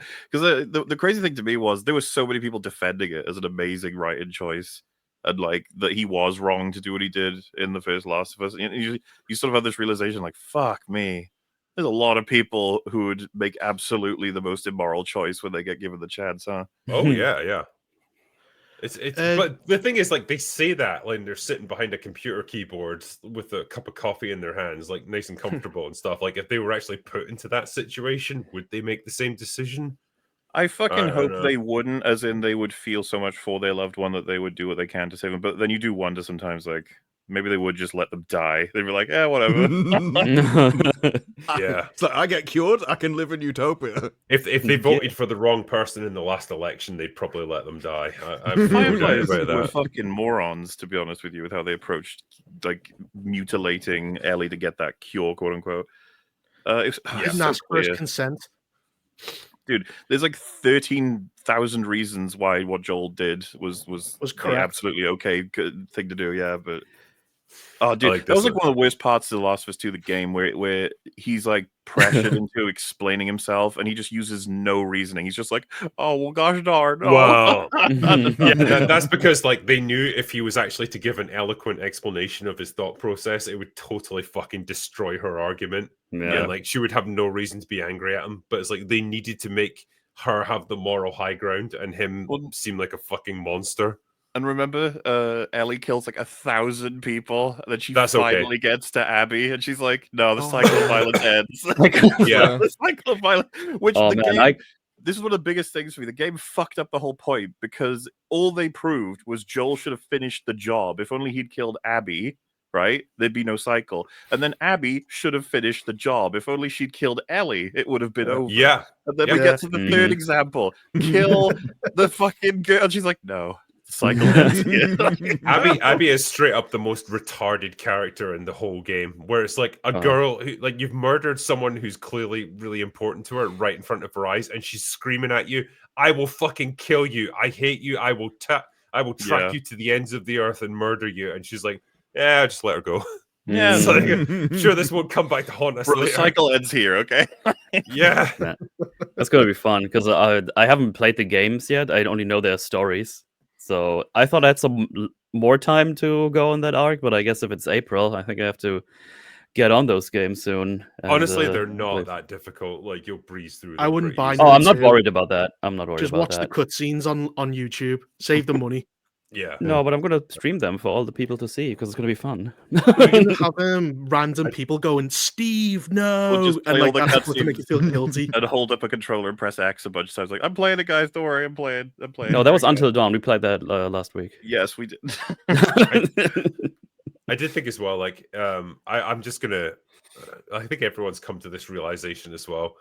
The casting in this show is fucked. Like when this is your Ellie. I'm just What the saying. fuck Man. is that? Well, now we're in an even weirder place because she looks pretty much the same as season 1, and we're aging her up how far? Like, She's got to be quote-unquote. aged 5 years. Yeah, So- there should be a Bella, difference. I had to look this up. Bella Ramsey is 21, right? Mhm. She still looks like a 12-year-old. I don't even know how to describe it, but like she can't play a character like this. You could have probably recast her and gotten away with it and just said, yeah, she grew up, so she looks different now. I mean, you would But it's expect like that to Arya happen, Stark. really, because there is this the jump in time, right? Yeah, 5 years. It's meant to be Yeah, a 5-year so- gap between the first and second Mm. games. So Ellie does grow up quite a bit in that time. Well, Oh, you're she's still gonna have that? noticeably older when you play Last of Us 1 versus 2, but Bella Ramsey's going to look exactly the same, so... Same height. She's going to be like 5'2", getting revenge on fully grown men. Well, No, this the is, cycle I guess, ends. because it was, yeah. I will I say, mean- have you seen the fan cast of Kaylee Spaney, the one from Alien Yes. Romulus? Yeah. Because they suggested, like, was it Nikolai Coster-Waldau from Game of Thrones for Yeah. Joel, and then her for Ellie, and I'm He's like, got- that's pretty solid, Yeah. actually. He's got the look. If he could nail the voice, I'd be totally on board. Hmm. I'm not sure how well he can pull off that accent, though. Yeah, So- yeah, that's yeah. fair. But he's got the look. Yeah, for sure. But can he cry? Because Joel cries in the trailer. Because have you seen any? He's going to therapy, yeah. Yeah, he's going to therapy. He's going to cry. He's going to go, "Joel, you did a bad thing." Goes, "Oh, gee whiz. Oh, dear." Oh man, I'm He's gonna sorry, do that. dude. It's like Ah. He's gonna tap his hands. if ever there was a perfect metaphor for modern society, it's like these guys in their communist fucking like utopia sitting down to have some therapy and cry while talking about their feelings. Listen, they just want to eat their Ah. bigot sandwiches, okay? Yeah, Oh, that's gonna be in it. I hope that's in it. There's no way Yes. they're leaving that out. They were proud of that moment. They were. I honestly think they were proud of that line. I think the you know, when they did that recording with the mocap and the voice actors, I think they all high-fived each other. Yeah, and high said, fives all around. We Well, I- we really showed them. I think a lot of those kind of things that are put into this are, you know, when you go through life and somebody says something and then later on you think about what you would have said. I think this is just Yeah. them. They're acting out something that happened to them and like, I'll tell them this time. And they just write it into the game as You're like gonna put this in the release. game. It's gonna be Keep so a good. notepad for all the times that's happened. Like, I'm going to put all this in my fucking video game. I'm going to try and Um, bring up a picture as well of the Abby actress that they've got, because I think Is she got roided up? Has she got like muscles, or is it just tiny? don't I think you don't. I could. don't think she has. I think she's well, I hope it's like normal as far Natalie as it goes. Portman, where they said she didn't have CGI arms, and you could see it in the fucking weird, gangly little straws she had. I honestly don't know how they're going to get around this because, I feel like Neil Druckmann, being as fucking narcissistic as he is, he's going to want to keep this in. How But- funny would it be if he had the guy who played the mountain, and you superimposed her head on top of his body? Yeah, just like, what was it? Taskmaster style. Yeah, that's clearly not him. Every action scene, it's a man. Yeah. Fights Yeah, through there the we go. entire movie with a bulge and then takes the helmet off. You're like, wait. So it's like Caitlin Deaver. She is actually a good actress. I've seen her in a few things, particularly Dope Sick. But like, yeah, she doesn't have the physique of Abby, which is probably a good thing. That sex anyone scene's going to does. look a lot less disgusting. Yeah. That's the first time I ever went, can someone censor my game? Can I have the I little did. I today? censored it live. I put a big Please, people Sony, on it. please. I remember that. That was funny. Yeah. The people it's just- scared. It's like, ah. I mean, the physique they gave Abby in that game was so much like a man. I felt like I was just watching a gay love scene. It It's, was. uh, Yeah, everybody knows it was. They just said it wasn't. I'm sticking to that. That's the only story that makes sense. It's when they put Neil Druckmann's head on Abby. It's like... Then you go like, oh, okay, yeah, no, makes sense. Now it all makes sense. Yeah, I can't wait for that scene. It's gonna be great. I'm guessing the actress won't or can't bulk up to the degree that Abby did in the No. game. So No like, one can? No. But the thing is, if you're gonna have her fight someone as like who's 4 feet tall, like I mean, Bella Ramsey, Yeah, I know, it's gonna it's have a to joke. be. but they could put her in a muscle suit. Like a really obvious one too. Yeah, like an inflatable sumo Like one of those wrestler. Halloween ones. Do you think we'll have Fat Geralt punching a trans kid? Hell yeah. I I hope remember so. Fat Geralt. That was funny. It legend. was Oh, the I hero hope we he's in didn't it. deserve, but we needed. As it turned I out. remember there was like a really funny cut where people like drew these weird iterations of that scene, and it was Oh, all yeah. over. And it goes Yeah. like, There's like 100 different creatures punching Yeah. creatures. Yeah, like Mario punching Luigi, and you had like his Yeah, Zelda exactly. punching guys. It was like 100 of them after another. This is really funny. It was such an unintentionally hilarious scene, like where he punches him and then he smacks off a garage door. Like, Oh, it's so funny. Like that's how bad the game was. He became the best character in a game after 5 seconds. yeah. This is the thing, right? Because I guess the point I tried to make in my video as well was like with season 1 of this show, I felt like a lot of the messaging was toned down to a degree. I think they knew they had to keep it a little bit in the background because they had to win people over with this first season. But now that they have, I think it's going to be fully unleashed with season 2. And I What do you don't think think they're the gonna what do you think the audience reception is going to be? Because my theory is Borderlands is a film, so everyone has to pay attention, everyone has to pay money, so everyone hated it. Whereas Fallout and stuff like that, people like it because they're not really watching it. So I think Last of Us 2 might be better received because it's week by week on I TV think- instead of a film. Yeah, I think the difference is though they're going to expect people to take it more seriously than Fallout. Fallout was kind of almost marketed as like a goofy, not slapstick comedy, but you know what I mean, like a sort of satirical. You're not meant to take this 100% seriously, Yeah. If kind of it is- show. Whereas with this, I think this is this is 100% serious, and you're supposed to pay attention to it. That's I what think they're it's more hoping just for. how people watch TV from films and games, because games is you have to pay attention, so's films. Whereas Yeah. shows, it's on streaming service. You can get up, you can take a shit. You know what I mean? People will be Mhm. reading something on the phone, looking up every now and again. Yeah. So like they'll Yeah. only look up for the shock value, and you have that, and you know it's happening because they do that music right when someone's about to die, which is look up away from your phone, you boring bastard. Pay attention.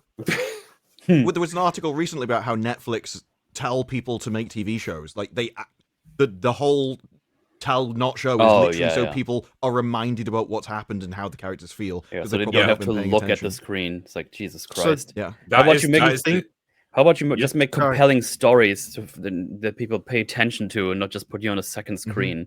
I thought that was the whole point you make in movies, that you engage people with it, and not tell them what's happening so they can play a video game on the side.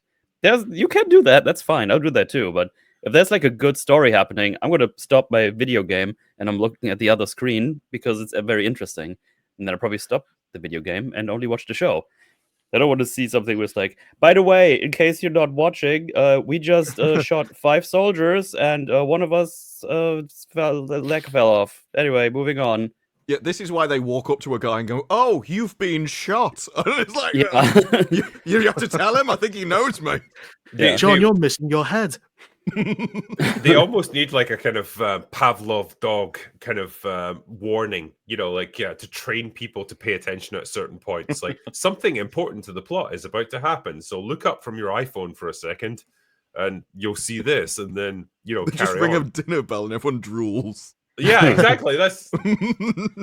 But I honestly think that might be part of the thought process when it comes to writing shows like this. Of we know that some of this stuff is just going to be watched in the background while people are doing other things, and we need to either structure it in such a way that they can understand what's going on, even if they're not fully watching the screen and paying attention, or we need to alert them at times when something really important is going to happen, and they need to look up and see this just for a few minutes. I So wouldn't do be you surprised. The people will detective scenes receive in it Squid better? Game are perfect for Sorry. mobile phones. I Oh, would say. yeah, they are. It's like Netflix and told what producers to make sure their shows are built in with explanations for people who aren't paying attention. Like, I could easily imagine another step to that is make sure you have scenes where people can look at their phones. Like, Yeah. so don't have anything happen in them. It's just like, Yeah. what? Just Yeah, I a can blank definitely see it. page in the script. Yeah. But do you think this one will actually be critically? I mean, not critical. The audience will like it. The normies. No. I imagine that it will be received better than the game. The game was a fucking cataclysm, Last of Us 2, and we're seeing the damage of it still to this day to Naughty Dog. This show, though, if they were to keep it 1-to-1, I think the audience would be pretty fucking pissed at it. It like for anybody who didn't experience all of that conversation, Last of Us 2 is a really poorly made, bitter, self-hating bit of shit. Like it's That's a good review right there. It's like scratching at Joker 2 levels. It's just trying to reach that. Why did you never do an unbridled rage on like Last of Us 2?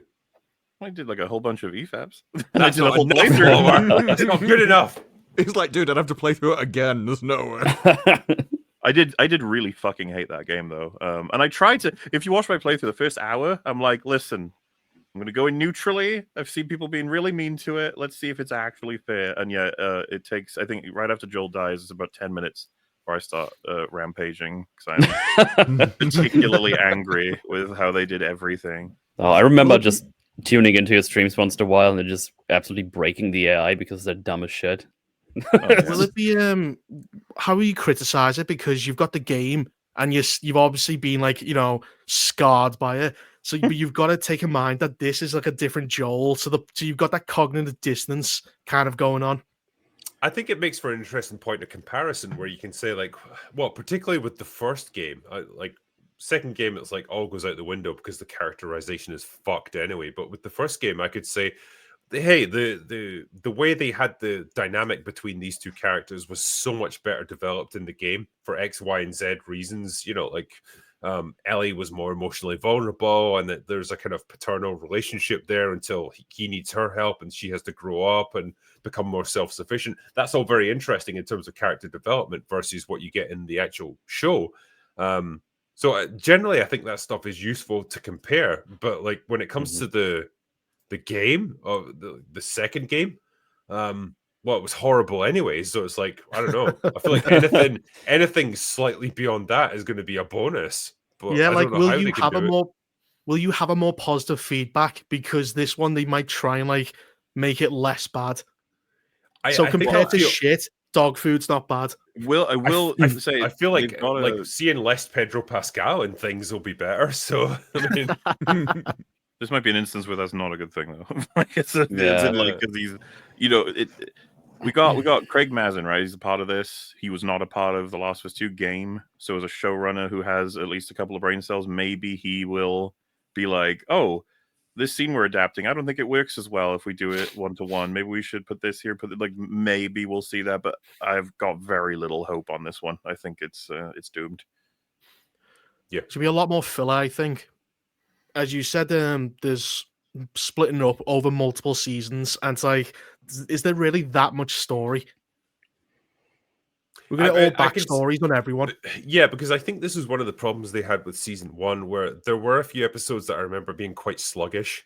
Particularly once they got outside the city, like there was a lot of like just wandering around, and like there was no more infected, so like they didn't have that sort of visceral like zombie survival aspect of it anymore, and it just became quite sluggish and dull. And if they're gonna do that, that's just gonna make it even worse.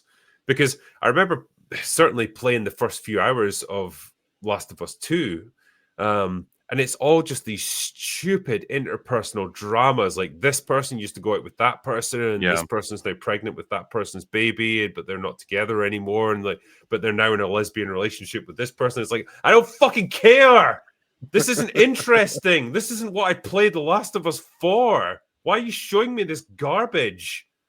So yeah, if they try and do that in the show, that's going to kill it before it even starts. I think it'll have even more of that. I think they'll double down on all the interpersonal drama. Because, wasn't it Druckmann came out? Who did it meet? Anissa Sarkeesian said it changed like his entire life and everything. And then along came the second one. And it was basically apparently all of her criticisms about gaming he just put into the second one to fix it. So I think he's still a true believer in that way. Well, I will say, as a counter to Craig being involved, you've got Druckmann, who has experienced years of hatred online that he's clearly going to want revenge for. So you'll double down. He'll be like, you better fucking keep it the way that it was, because I was right, and this story was good and important, and it changed lives, and it's going to make money, and people are going to critically acclaim it, and I will finally be right again. I mean, considering they remastered the game like 18 times already. That is the really like toxic positivity aspect of the video game industry, where it's like you've got a game like The Last of Us 2 that was fucking reviled by fans of the series, but it got like every game award that had ever been invented heaped upon it. Every journalist was like slobbering to like suck Neil Druckmann's cock and be like, oh my god, you're the best like game designer ever, Neil, just like shove it in there, right? And that's that sort of thing. I think that was a quote in one of the reviews. Probably, yeah. That sort of thing feeds your ego to the point where it's like, oh, well, the fans don't know what they want. I know what they need. And my instincts on this game were always correct, and so of course I'm going to force that into the TV show as well. I think that's what led to. He has a giant portrait of himself in his office. You walk in, there's a giant picture of Neil Druckmann behind Neil Druckmann's chair. It's like what was it? It's dodgeball, yeah, where he's like wrestling a bull or something. On the nose allegory. It's in the IT crowd as well. That happened.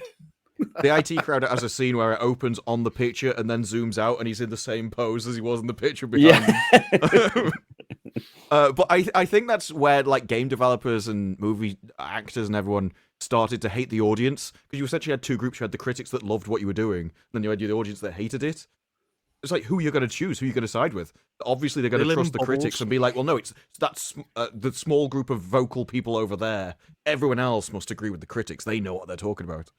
And it just went on that long that they felt comfortable insulting the people that didn't like their stuff anymore, rather than fixing the problem. Yeah. It's going to be so funny. You've just got tiny women attacking like these giant dudes. That'll just be the show. I honestly want them to do what they did in the game, where a heavily pregnant woman goes on like missions behind enemy lines. Oh, Mel. Always a good, always a good idea. Where she has to leap across like gantries and stuff and like land right on her belly, but somehow pull herself up and doesn't suffer major repercussions from it. Yeah, do that. Sure. That film treated children quite badly. Sorry, the game. It had no care for baby life. No. Like Mel goes, you're a doctor and you're pregnant. Let's put you on the front lines. Yeah. And when her husband or her boyfriend is like, are you sure you should do this? Like, she just like berates him, and the game wants you to believe that she's right, and then she gets fucking killed. But then there's no moment of realization like, oh my god, like this is the reality of like putting women in frontline positions, particularly pregnant women. They might get killed. No, just What? move on to the next thing. Dina crazy. also was pregnant, and she went, "Yeah, I just went as dangerous mission, 6 weeks pregnant. Why not?" Yeah. Well, And isn't then it, the it makes dad- sense. You're 2 people in one. That's more defense, more speed, more agility. It's combined. The baby can absorb the bullets for you. Like, Yeah. they're quite good at that sort of thing. It's a Is it like literal meat Ratatouille? shield. Is it Well, like the mother- Ratatouille and the baby's controlling her? Yeah, the It's the mum umbilical cord. the mum is a flesh mech. That's what you call them. It's gonna be a Quato from fucking like Total Yeah. Recall. She's a mum, Dan. That's what happens when the mother is shot. The baby crawls out and climbs into someone else, and then starts. I need a new vessel. But the thing, Uh, remember that scene with the Asian guy where they had the problem? Do we tell him about the kid? Yeah. And they cowardly just shot him in the face and went, "We're not addressing that argument." Yeah. Look, he just dies. That kind of happens with every major male character in the game. Like they all just get shot in the head and die. Drake, Owen do you dies. remember Tommy is like the one thing that might be okay in the game. He's going on a fucking Punisher spree, killing all of the Abby and friends, and he's like sniping the shit out of him. He snipes the guy who spat on Joel's body. His head just pops off, and I was like, yes, like Tommy's actually killing them. Tommy's ending is he gets shot in the face. He's like blind and deaf. He can't walk properly. And His his marriage wife is left Yeah, him. he's retarded now, isn't he? Yeah, and the Jesus. wife left him. It's just like a oh thanks, cool. And the game is like, see, cycle of violence, bad. You're like, shut the fuck up.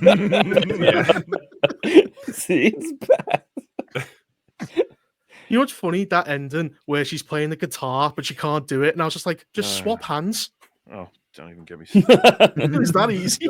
Don't you understand? She lost 2 fingers for the 2 people that she cared about. Like, But it's like, it doesn't make any symbolism, sense. Reaper. It's symbolism.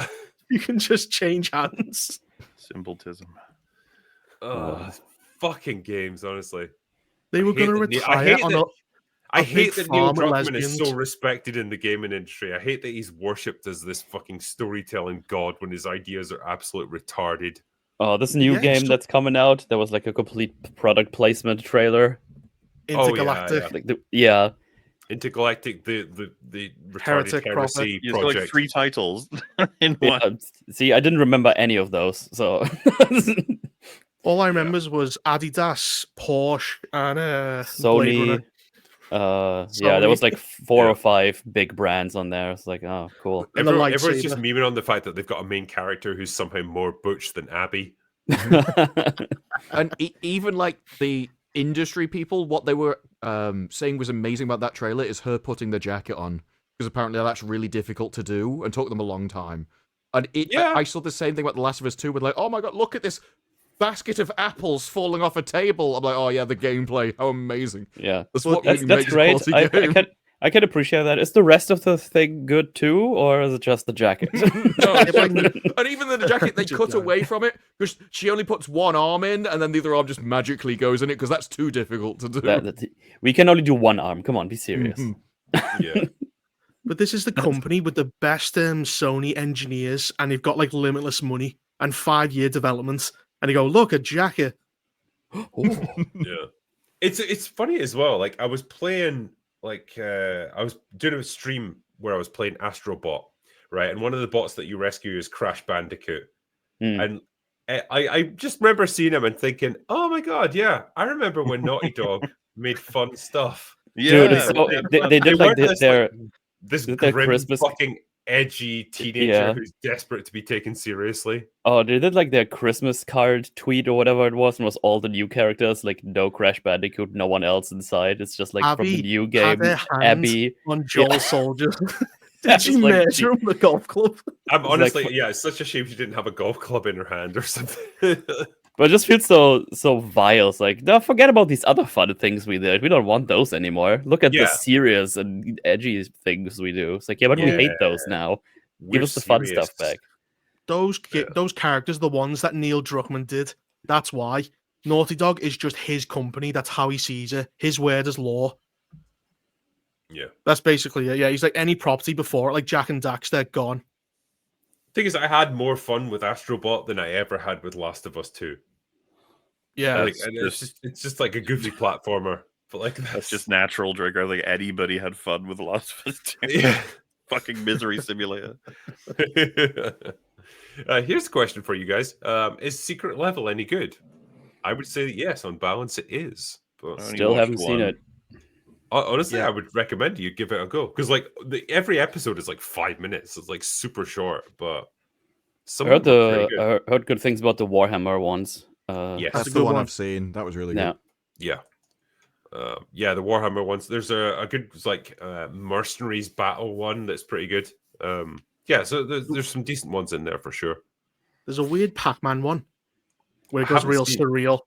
Yeah, I haven't seen that because Mauler put me off. That's the only one I haven't seen. I found it fucking absurd and hilarious. I guess I don't know. It was weird, yeah. I saw the end, the clip that went around Twitter. It's like a minute and a half to 2 minutes or something. I quite liked it because, like, what are you gonna do with that as an idea? It's like making a Connect 4 like series. You're gonna have to go kind of wacky or some kind of original spin. So You could, I mean, if you went like super animated, cuddly, cartoony thing, but they seem to be the theme for the Secret Level stuff seems to be much more like grounded and visceral. Fucking, it almost feels like it was in the Warhammer universe. That one, I just don't, I don't know that was the direction I was expecting for Pac-Man. well, isn't it Yeah, the creator it's- from Love, Death, and Robots? And Yeah, all his Yeah. ones are basically that kind of thing. They're all a bit dark. and like I really enjoyed Love, Death, and Robots as well. Like they're Yeah. not all amazing, but like as a series, like I think it's a pretty interesting thing to watch. But I think it works because they're only short and they start at the action. So Yeah, if you don't like it, you just move on to the next one. It's not a big deal. You haven't wasted an hour of your time or whatever. yeah. Just have a different setting. The Sifu one was good. There's good action, good art style. It's an interesting idea. Yeah. Nice. All right. Maybe I'll give it a go. Let me see if I can answer a few super chats while we're here. Mikey Gusler says, "Hey Drinker, did you see that Kingdom Come Deliverance 2 developer mentioned critics like you and Asmongold who critique games, and they have an impact on games because AAA developers are terrified of you?" Yeah, we just covered that. And yeah, Mhm. they should be terrified. But yeah, I don't know if they got me mixed up with someone else, like Moist Critical or something. Like I don't even do games that much. At least they Samson didn't the call you Mikey- the critical moist. That'd be weird. Yeah, that sounds amazing, actually. The moist drinker. Yeah. Oh, yeah. Yeah. Only in the summertime. Ooh. Samson the Mighty says, "Drinker and panel. Rachel Zegler has talent but lacks any ounce of humility. Her movie Y2K gave her the name that she will be known forever as Shitney Spears." I mean, that's pretty good, but Did anyone the see talent that thing movie? is debatable. I I haven't haven't seen that seen movie, it. no. Well, that doesn't surprise me at all. I No. mean, watching the prospect of watching a Rachel Zegler movie, it never gets me excited to watch stuff. So, yeah. Northern English Bastard says, "Dear Drinker, Mauler, and guests, the Bastard recommends Special Ops Lioness, hard-hitting action drama with well-written, strong female characters." Have you any of you Nice. guys watched it? I've seen it advertised to fuck. Yeah, I've Never even heard of never it, to saw be honest. Is it Netflix or Amazon? It's one of the two. I'm checking right now. Amazon. Ah, Right. there you go. I think I saw the trailer and, the issue with things like that is given the rest of culture and entertainment, the moment I see things like that, I'm like, I know what that's going to be until I don't watch it. Yeah. I've the lost the unfortunate benefit thing. of the doubt. That's the problem, isn't it? Because sometimes it will actually be good, but it's like Hmm. you're not inclined to give it the benefit of the doubt because like we've had so many shit ones. Well, it's like Ballerina, a John Wick series is coming out. Is anyone excited for that? No, she was the worst yeah. thing about John Wick 4, and one of the compliments I gave John Wick 4 is she wasn't in it a lot, and I didn't know she was getting a spin-off at the time. I'm like, okay, so you gave her a unique fighting style in John Wick 4. She kind of was on the ground against a really big guy, so you could work out that it was awkward for him. I don't know how you're going to do that over an entire series. And didn't they release a clip where she goes up to him and he's like, "I can train you now," and she's like, "No," she's like, "Can you train me?" He's like, "You've already learned all the training you can have. You don't need my help." Well, let's see where this is going. Yeah. How much was Keanu paid for that one cameo? I hope it was a lot. I imagine it was filmed the same time as John Wick 4. It might have just been part of his role. It's like, here, Keanu, can you just walk over to this other soundstage for like 5 minutes? Yeah, sure. Yeah. Yeah. A rookie fire says, Happy New Year from one Scottish bastard to another. 2025 movies look like a shit show. Yep. Would be a good time to review some classics from the 60s and 70s, like Dirty Harry or Man with No Name series, or some John Wayne movies. I'm going away now. Yeah, I don't disagree with that. There's always space to review classics like that. And yeah, something like the Doll Wars trilogy would be a lot of fun. Yeah. Got to do something like that on EFAP as well. We'll get around to it. We only just started Westerns. going back in time. We need to do it more. Yep. Next one is, Samson the Mighty says, guys, I live in Orange County, and seeing everyone of these adult pretenders lose their homes in the fires raging warms my cold heart. Sorry for the regular people losing their homes, though. I mean, I think that's, it's understandable, like, when it comes to, like, multimillionaire actors and stuff, but, like, Mark Hamill. Yeah.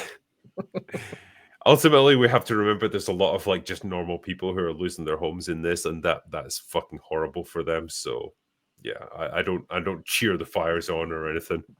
But yeah, if Mark Hamill lost his home, shit happens, you know.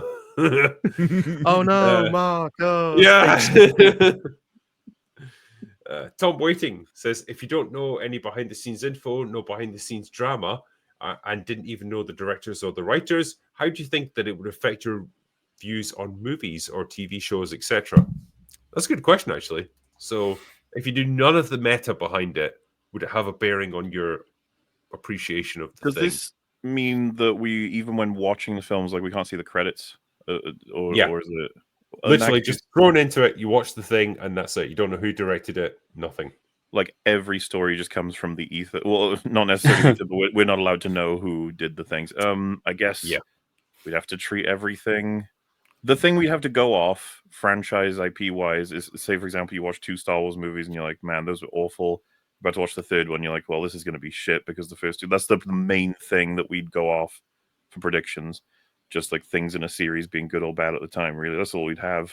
It would 100%. Like, if I see Mark Ruffalo, I can't stand Mark Ruffalo. Like, Rachel Zegler again, watching Snow White, there's no way I'm going to be able to separate her comments from her part in that. And I don't think I should. I think that what you say on the road and everything should affect this stuff. I don't know why you'd have to be judged separately. And so it would definitely affect it for me. I think like knowing a little bit about the meta and the behind the scenes stuff, like it can inform your understanding of how the movie was put together. Like if you understand the process that was that the film went through, like say for example the Justice League movie, like where they changed directors halfway through and Whedon was brought in to like completely change the course of the film, and so you end up with this like Frankenstein's monster of a movie that's like two different films sandwiched together.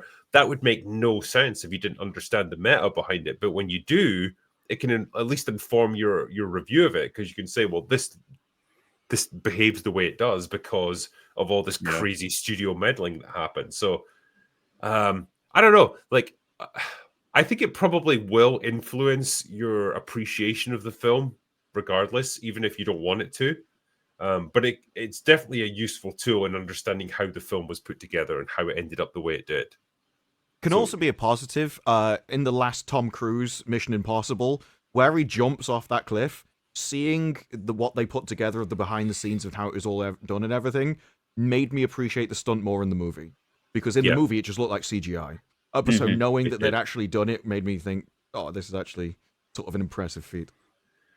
I guess that's an interesting question as well. Like when you have to be shown the behind the scenes stuff to know that it was actually a real physical stunt, was it worth it?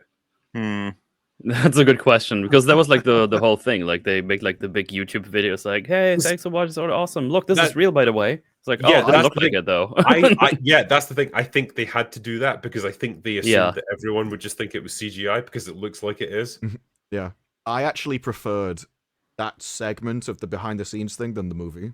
I think it was way better put together. I think it had a better story. It made me talk feel about more it, than the like- movie did. Yeah. It's kind of interesting because in the movie, it's kind of maybe I don't know what the problem is. It feels like maybe it's over fast, or that you just sort of go, all right.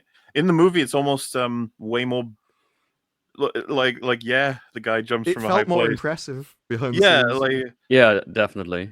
because think about Fallout, right? Obviously, the prior Mission Impossible. You know, like when he jumps out the plane to do the drop where Cavill's been hit by something that Yeah. makes it so he can't breathe, and so there's a timer. You've got to get the parachutes out at the right time, and he needs to fix his oxygen while also being, relatively stealthy. It's like there's so many mechanics going on while also falling.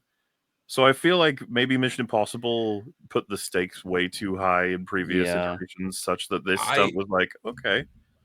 I think long shots like that, like wide angle shots, don't work well in convincing you that it's real. I think, for example, that shot of Cruise like hanging on the hatch of a plane as it was taken off. Mhm. Okay, that looks a lot more believable because it's up close and you can see him getting buffeted by the wind and stuff. Like Right. that's more believable. Whereas this like really wide angle shot taken from a drone or whatever that's spinning around him as he jumps off this cliff on a bike, that just feels like this like a CGI shot because it's so stylized. It's so like from a distance. It doesn't tie up with the reality of what's going on. I honestly think the best shots for an action movie are pyrotechnics. I think you can really tell when it's physical explosions happening on set. That's the difference. I think that's what you should probably invest your money in. That's what people can get bought into, whether it's squibs going off, like walls blowing up or whatever, or like car chases where things are actually flipping over in real life Mhm. as opposed to CGI. I think that's where people notice the difference. That's where it's worth focusing more money. I mean, I think you were right about the first thing you were saying though as well, because I'm just thinking about I love the Mission Impossible Fallout, and I was just thinking like, why do I love all the action scenes in that? And it's like I'm pretty sure they get very close up to Tom Cruise in all of them, such that I'm like, oh, he's there, he's definitely there. However much of this is CG, he's still there. Like how absurd the scenario is. Like the helicopter stunts all at the end. I never thought at any point like, oh, this is just CG garbage. I was like, oh no, this is pretty fucking awesome, to be honest. Mm. Yep. It goes the Top same Gun way Maverick with. had the same feel. Say that again. Sorry. I think Top Gun Maverick had the same feel. They felt like actual planes and actually doing pit maneuvers. Well, there wasn't one of the things for all of the actors is like, you will be flying this plane. If you can't fly the plane, I'm getting someone else. It was one of the. I mean, to a degree, like I know, like I've spoken to VFX people, and they're like, "Yeah, you'd be amazed how many of the shots in Top Gun Maverick were just completely CGI." Like, oh yeah, it's well done, but like it is still CGI for the majority of it. Another thing where it just makes a lot of sense to do like the live action stuff is like fighting scenes. I mean, if I think back on like older martial arts movies, I don't know, Rush Hour comes to mind, or the Tony Jaa movies, like Ong Bak, stuff like that, where they actually have like all these people that have martial arts backgrounds. The Raid movies are the one. Yeah. They have like all like they have real choreographies and doing all these things where have like I know what you call them, like not crash pads, but like just like pads in front of their bodies where they just kick the fuck out of each other, and it's like looks real because it kind of is. Well, it just looks really fucking good. This is why like it's such a shame that Jackie Chan movies like are kind of marketed as comedies, because like the actual physicality of the stunts that he does in most of them, like especially the earlier ones like the 80s and 90s, is absolutely insane. Like the risks that he took, the injuries that he took in the process of making those is absurd. They would never get away with that in Western filmmaking. Oh yeah, like the Hong Kong action scene, like get away with that there because they just didn't give a fuck about health and safety. I mean, from what I understand, he did like the old arts of learning this. Like, here, let's learn a backflip. Okay, try to do a backflip until you can make it. It's like, oh, okay. It sounded like he had a really rough childhood, but it allowed him to do that. Yeah. I remember one of the fights. When they're on the set, it's like, oh, you think you can back this jump? I don't know, let's try it. And then they break their bone. Well, That's too high. I can't remember what the movie was called, but like there was one scene where he had to like slide down a rope with like it was meant to have loads of like fluorescent lights and stuff attached to it, and he Mhm. would break them as he fell down because he was hitting them as he went. And there was no way to protect him properly from this, and so like all of these like bits of broken glass were just like embedding themselves in his arms as he fell. Ooh, And it's that's like rough. you either have the choice of like letting go and falling like 100 feet to your death, or just holding on and taking the pain. And so when he landed, he was so, I don't know how you describe it. He was just so hyped up on adrenaline and just like he couldn't believe that he was still alive that he started punching a fucking stuntman. And they had to like drag him off. And I just love that. Like, There Well, was he one used to fight watch, I remember.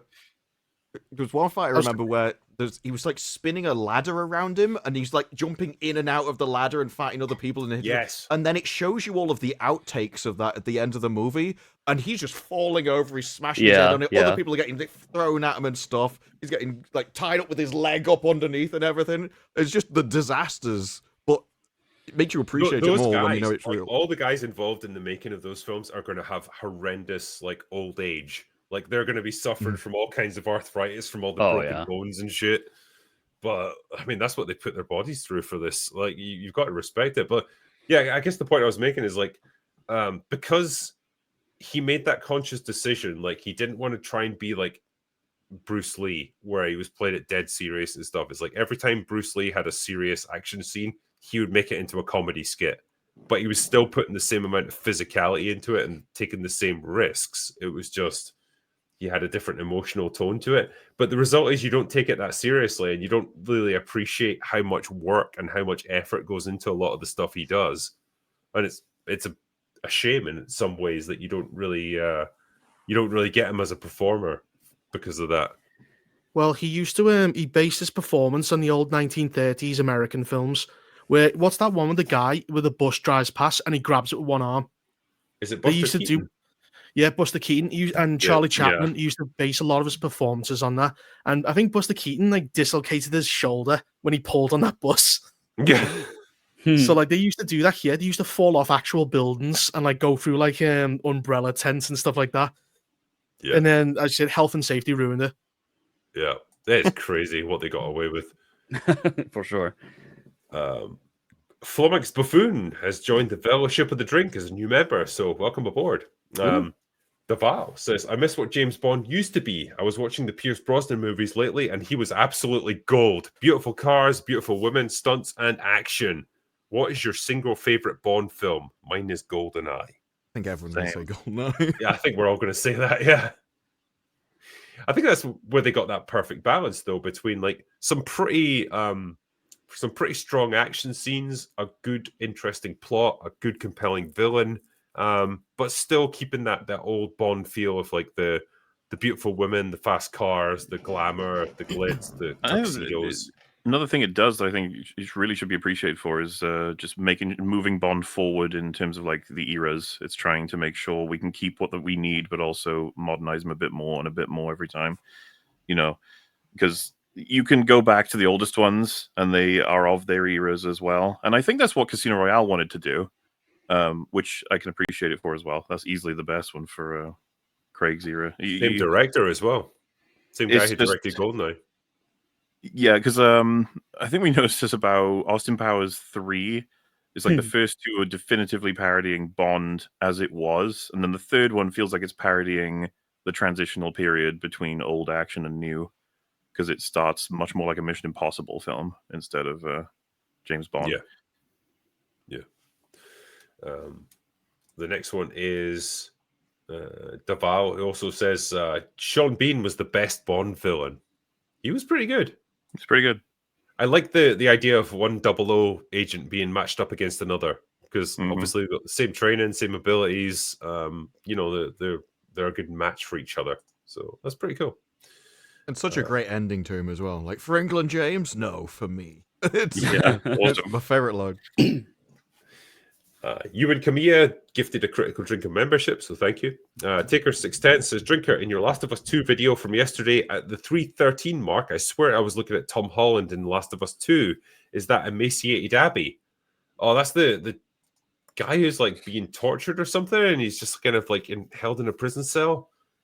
Yeah, I don't know who that's meant to be. I don't think that's Abby. It looks like a dude.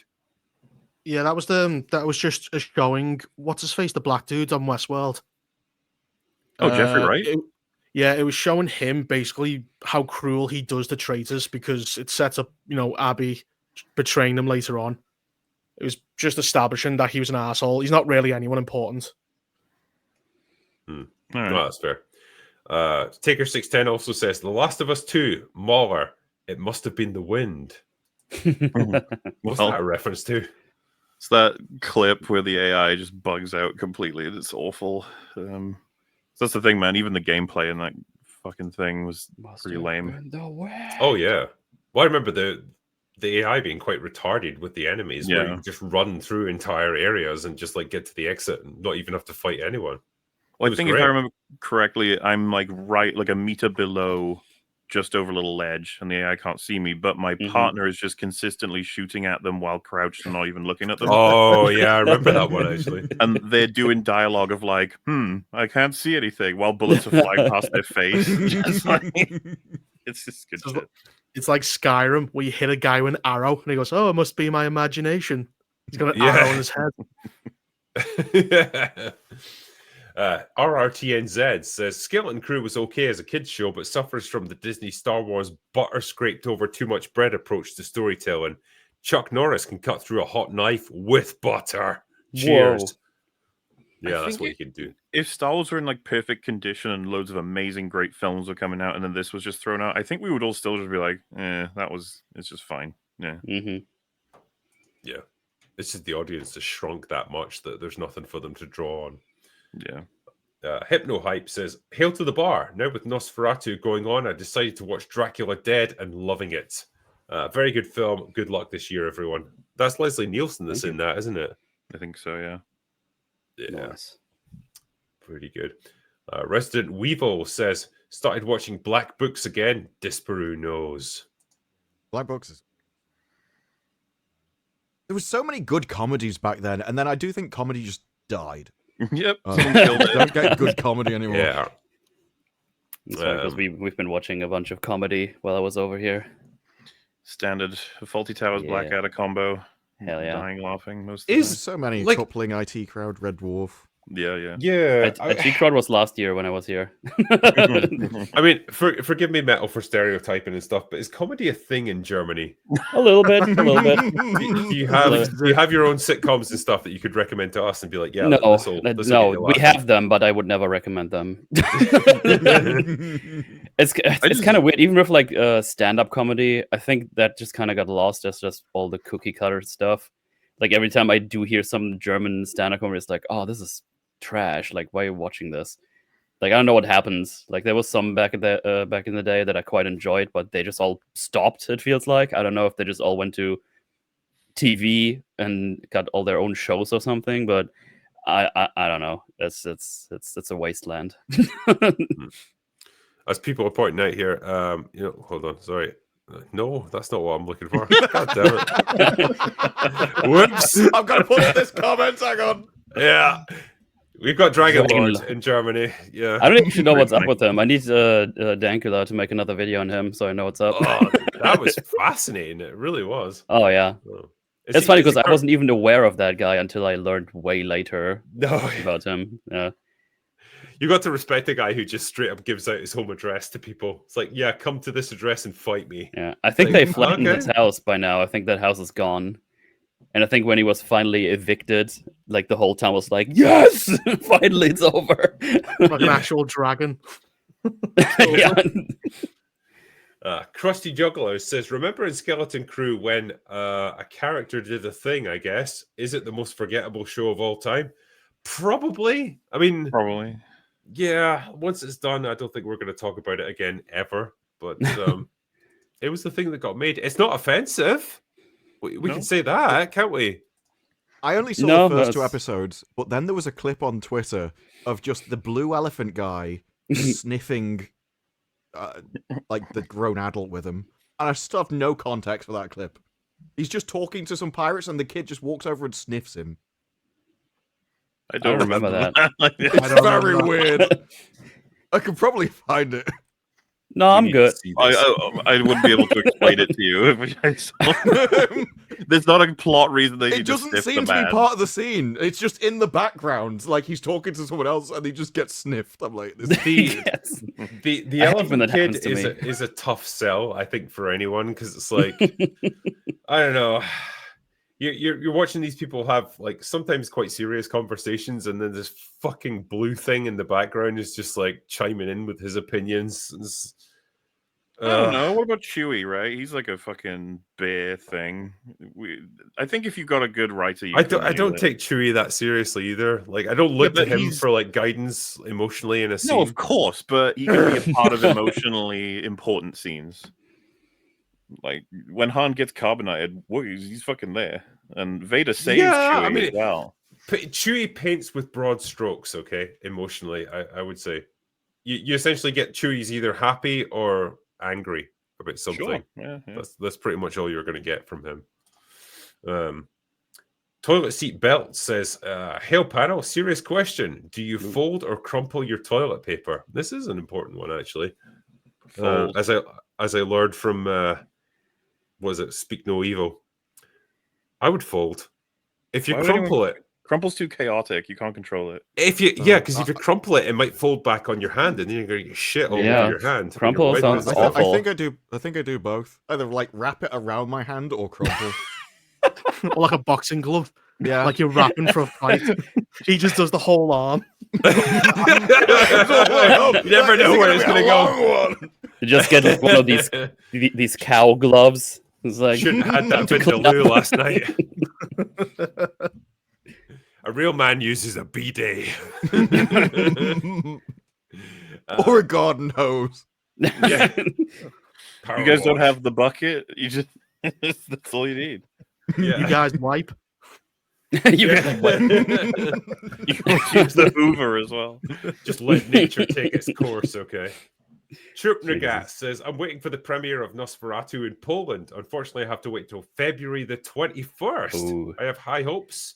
It's an Eggers movie. I mean, yeah, sure. Like, there's got to be easier ways to get it, though. You know? I couldn't think of any. None. Yar, matey. I'm sure you can do I had that in something. Germany. I had that in again. Germany before, though. I think The Northman came like super late in Germany. I think that was one of the movies I just couldn't watch. It's like I want to go do shit about. It's like no, you don't get to. Derek says, whenever I see Kamala Harris speak, I wonder who'd win in a drinking competition between her and Critical Drinker. I think me, actually. I've got the edge on her. She's got experience because she's like 70 years old. No, or don't whatever, edge on but- Kamala. Don't do it. Yeah, don't edge her. She's only been drunk no. once, but she started at like 18. No, just Yeah, Never never stopped. stopped, basically. You can't get a hangover if you never stop being drunk. Yeah. Jailor Kren says, Drinker, I noticed a stark difference in the tone and quality of the video you just did and why we need our villains, which is why I watch you. Drink up before the next one, lad, and stumble through it like you used to.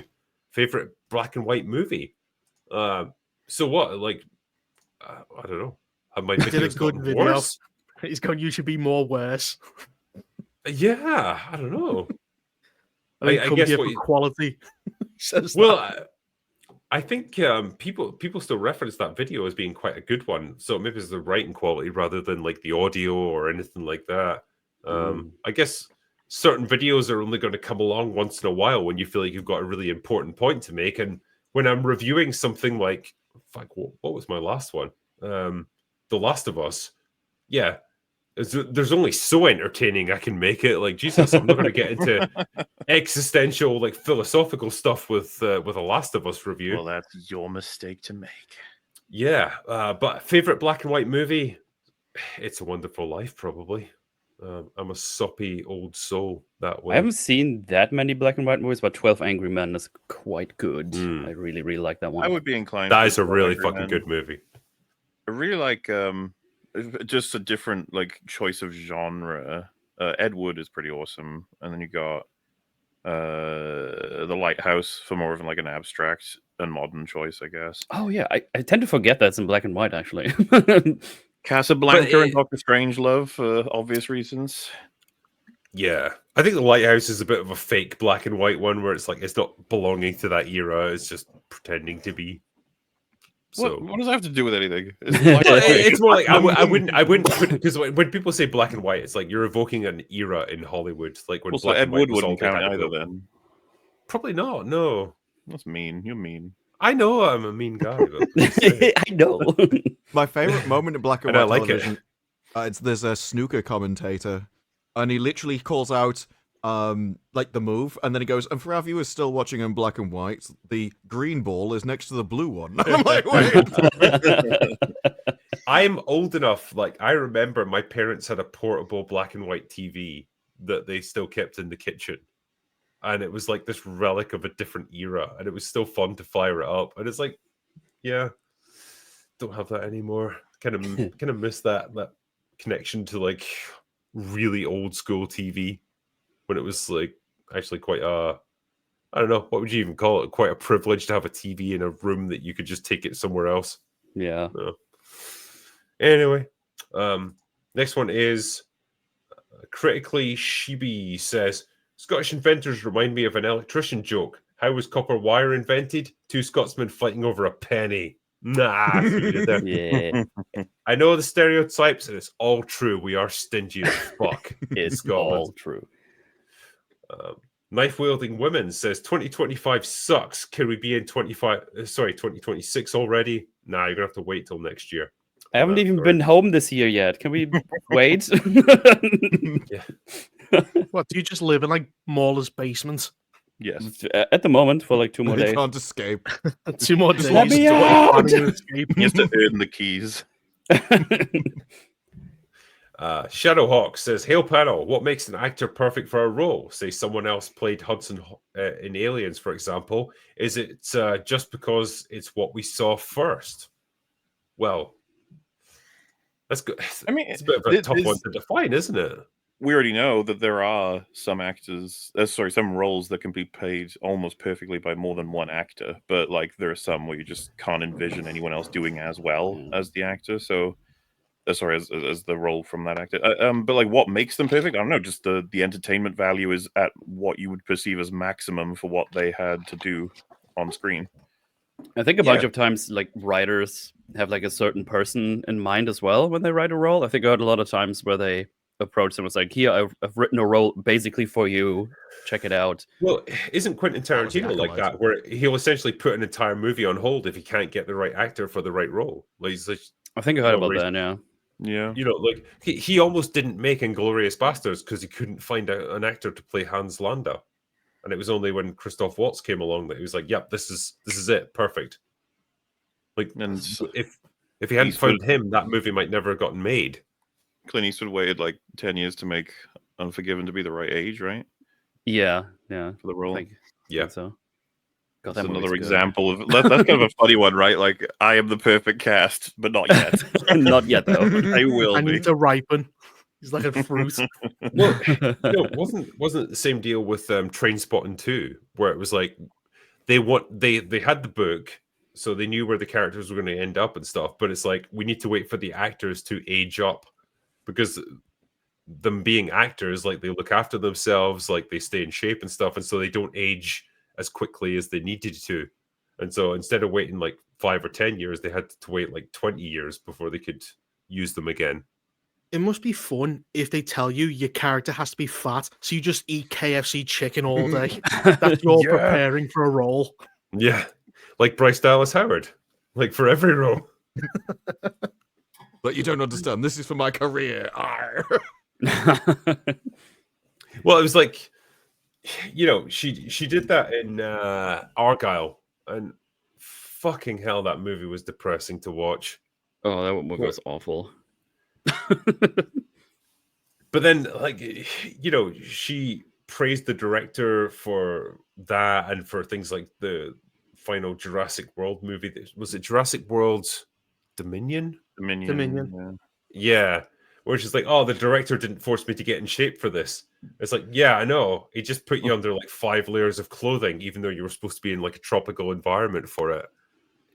Either way, no one was fooled by it. Like, we could just tell that you were fat, and You know, like you weren't ready for the role. Like, meanwhile, Chris Pratt was like killing himself in the gym every day. But like, sure, as long as you got to eat donuts, that's all that matters, you know. Aren't they rebooting that? Is Yeah, it like Jurassic World Rebirth or something? I thought you said rebooted her. Can we try again? Literally So- trading her in for a younger model. the new one that we've got has got Scarlett Johansson in it, and it's going to be set 5 years after the events of the previous movie.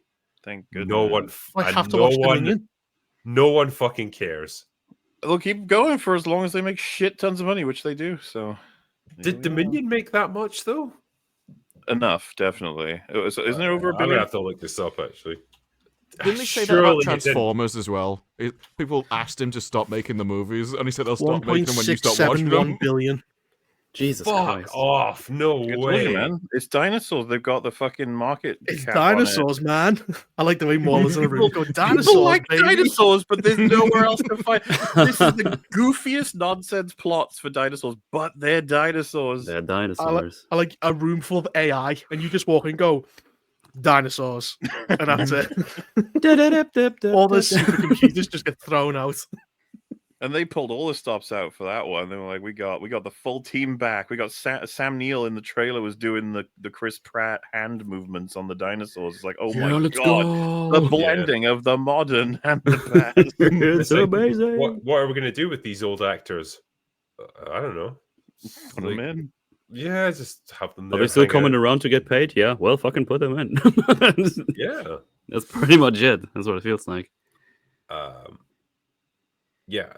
Derek says, who would be your pick to direct a Legend of Zelda movie? I'm going to say Guillermo del Toro. Oh, that could be interesting. Um, I mean, I kind of wanted just to be animated Yeah, live I'd agree. and not live Well, action. it could be anything, really. It could be, but It's that's live what action, I want. that sucks. It's like Minecraft. Minecraft doesn't need to be live action. Like, who the fuck cares about Jack Black? No one. At this point, like, he is like the kiss of death for a movie. Oh, I remember Well, when I I really mean- liked Jack Black, and now I'm like, oh, not him again.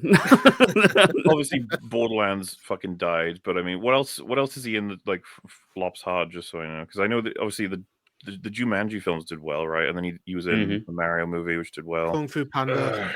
Kung Fu Panda does well. Right, hold on, let me see. Because it is annoying seeing him turn up in anything now. Yeah. So, But I'm not sure he's a kiss of death just yet. in terms of recent movies, what have we got here? Borderlands, Dear Santa, Super Mario Brothers movie. He was Bowser. Goosebumps 2. That probably didn't do great. Yeah. Goosebumps 2. Free LSD. I mean, What? Is that an advert? and That's of a course, he private was in The Mandalorian, of course. So Oh my god, yes. Oh yeah, that episode was. we all forgot about Lizzo. that. Yeah, truly a low point. Non-Vitae Rex says, seeing as you guys have played HD2, what is that? HT2.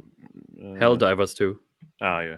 Oh yeah, what would you say the overall feel or tone of the film should be? Cheers and Happy New Year. I kind of just don't want one. I don't want it. Just leave it We've had alone. Starship Troopers already. What's the point Yeah. of making a Helldivers That's what I movie? was thinking. I get like there's a vision that can work, of course. I'm so tired. Like when I saw that thing Yeah. about like, Shadow of the Colossus movie is still coming. It's like go away, just stop it. After 10 years, finally news on Shadow of the Colossus. I think It's like, that's oh, going to be my response when anyone asks me about adaptations of games. I'm just going to say I'm so tired. Just tired. You're going to take the glasses off and your eyes are sunk into your head. There'd just be no eyes. It would just be like black holes, Just soulless. Yeah, because they announced that Helldivers movie, I think under the umbrella of Sony, I think. Obviously, yeah, makes sense because they're already connected to them. And it's like, here, you asked for a Helldivers movie. Here it is. And I'm just like, who are you pricks that's still asking for video game movies at the moment? Stop And it. I'm not sure it would translate because a lot of the appeal of the game was actually the over-the-top memes of it and not taking it Yeah. seriously. I'm not sure that'd work in a movie. I think you'd have to go serious with it. Well, the thing is, like, the appeal of the games as well. It's like squad-based action. Like the actual like combat of the bugs is quite fun. It's like you're just in Starship Troopers, like just Yeah, mowing it's down really wave fun. after wave. Yeah, like, and okay, you can make a movie about that, but it is just going to be Starship Troopers all over again. Yeah. Like, I don't really know what else you can do that's going to be different. So, yeah. Do you think they're going to write games to be adapted? Like, do you think they'll maybe. go, this game will be in a TV show, so I'll write it like a TV show? They honestly shouldn't, because games make fucking so much more money than movies at this point. Who cares about appealing to movie fans? They don't need to. I think though you don't know who like the creative director of CG Project Red is. You don't know who the creative director of like half the companies are, but you know the directors. You know Christopher Nolan. You know all these people. I think the egotism will win out, because I think that Intergalactic by Neil Druckmann, he is obsessed with like being recognized. So he'll write Intergalactic with the intention of it being adapted. I think there's definitely more of a prestigious thing to a movie that's like, now I can be taken seriously rather than just making a video game kind of thing. Video game. Well, because like Hideo Kojima went down that path where it's like, I'm just a frustrated filmmaker and like I'm stuck in the medium of games, but really I want to be doing this. So I'm dicking around with actors for the next 10 years, making some obscure game that no one understands. Like, yeah, okay, sure. I always find it people funny dick when ride for him hard. I always find it funny when Hideo Kojima tweets about movies, and you can tell when he liked them and when he didn't. I have seen it. Yeah, like it's either I have seen this movie, I like this, and then other ones like I have seen this movie, and end of tweets. Yeah. It's just really funny. Next one is James Moore, who says it's the California governor's fault for the fires. Cut firefighter funding, refused to get rid of dry underbrush, caused companies that issued fire insurance to back out of the state, so now most people aren't even covered. Oof. Wow. Sounds bad. Sounds really bad. I think at this point we should just uninvent fire. We've made enough out of it now. Yeah, we used enough fire. We don't need it anymore. Those cavemen kind of fucked us. We need some fire substitutes. They didn't really whatever. think. They didn't future-proof when they No, invented they didn't. fire. No. But And without so- fire, we won't have James Cameron's sequel with the Fire Navi. I'm all right with that. Oh well, some sacrifices have to be Yeah. made. It means every person in Scotland's going to freeze to death in the wintertime. But again, sacrifices must be made. So, Joey Jojo Jr. Shabadoo says, prediction, what will be the best movie of the year? Snow White. Easily. Actually,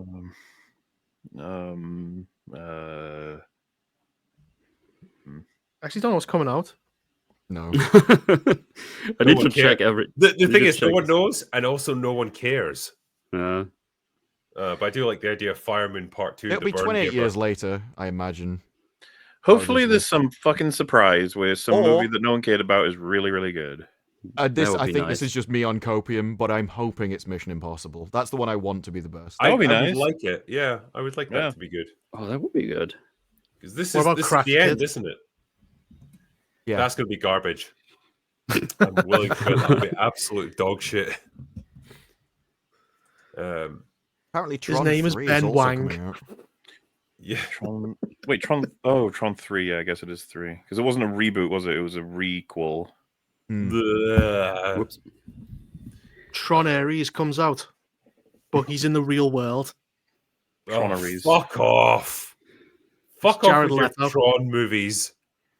Wow, look at this Tron hater over here. Yeah, I love the original. Now I hate what Tron's become. Again, it's just become another property that you can strip mine. I suppose. Yeah. Well, I Hate mean, it. we're at peace with that, right? We just hope for some good stuff here and there. All the strip mine. Yeah. Don't hold your breath. I'm just going to do the member chats that came in here as well. The big ship joined the Fellowship of the Drink, so welcome aboard, sir. That one guy says Godzilla could help, but only if he decided to do a backburn and nuke the property before the wildfire can even get there. Science! That's strong science right there. Let's see what else we got. See if I've missed any membership super chats. Don't think so. That's it. Yeah.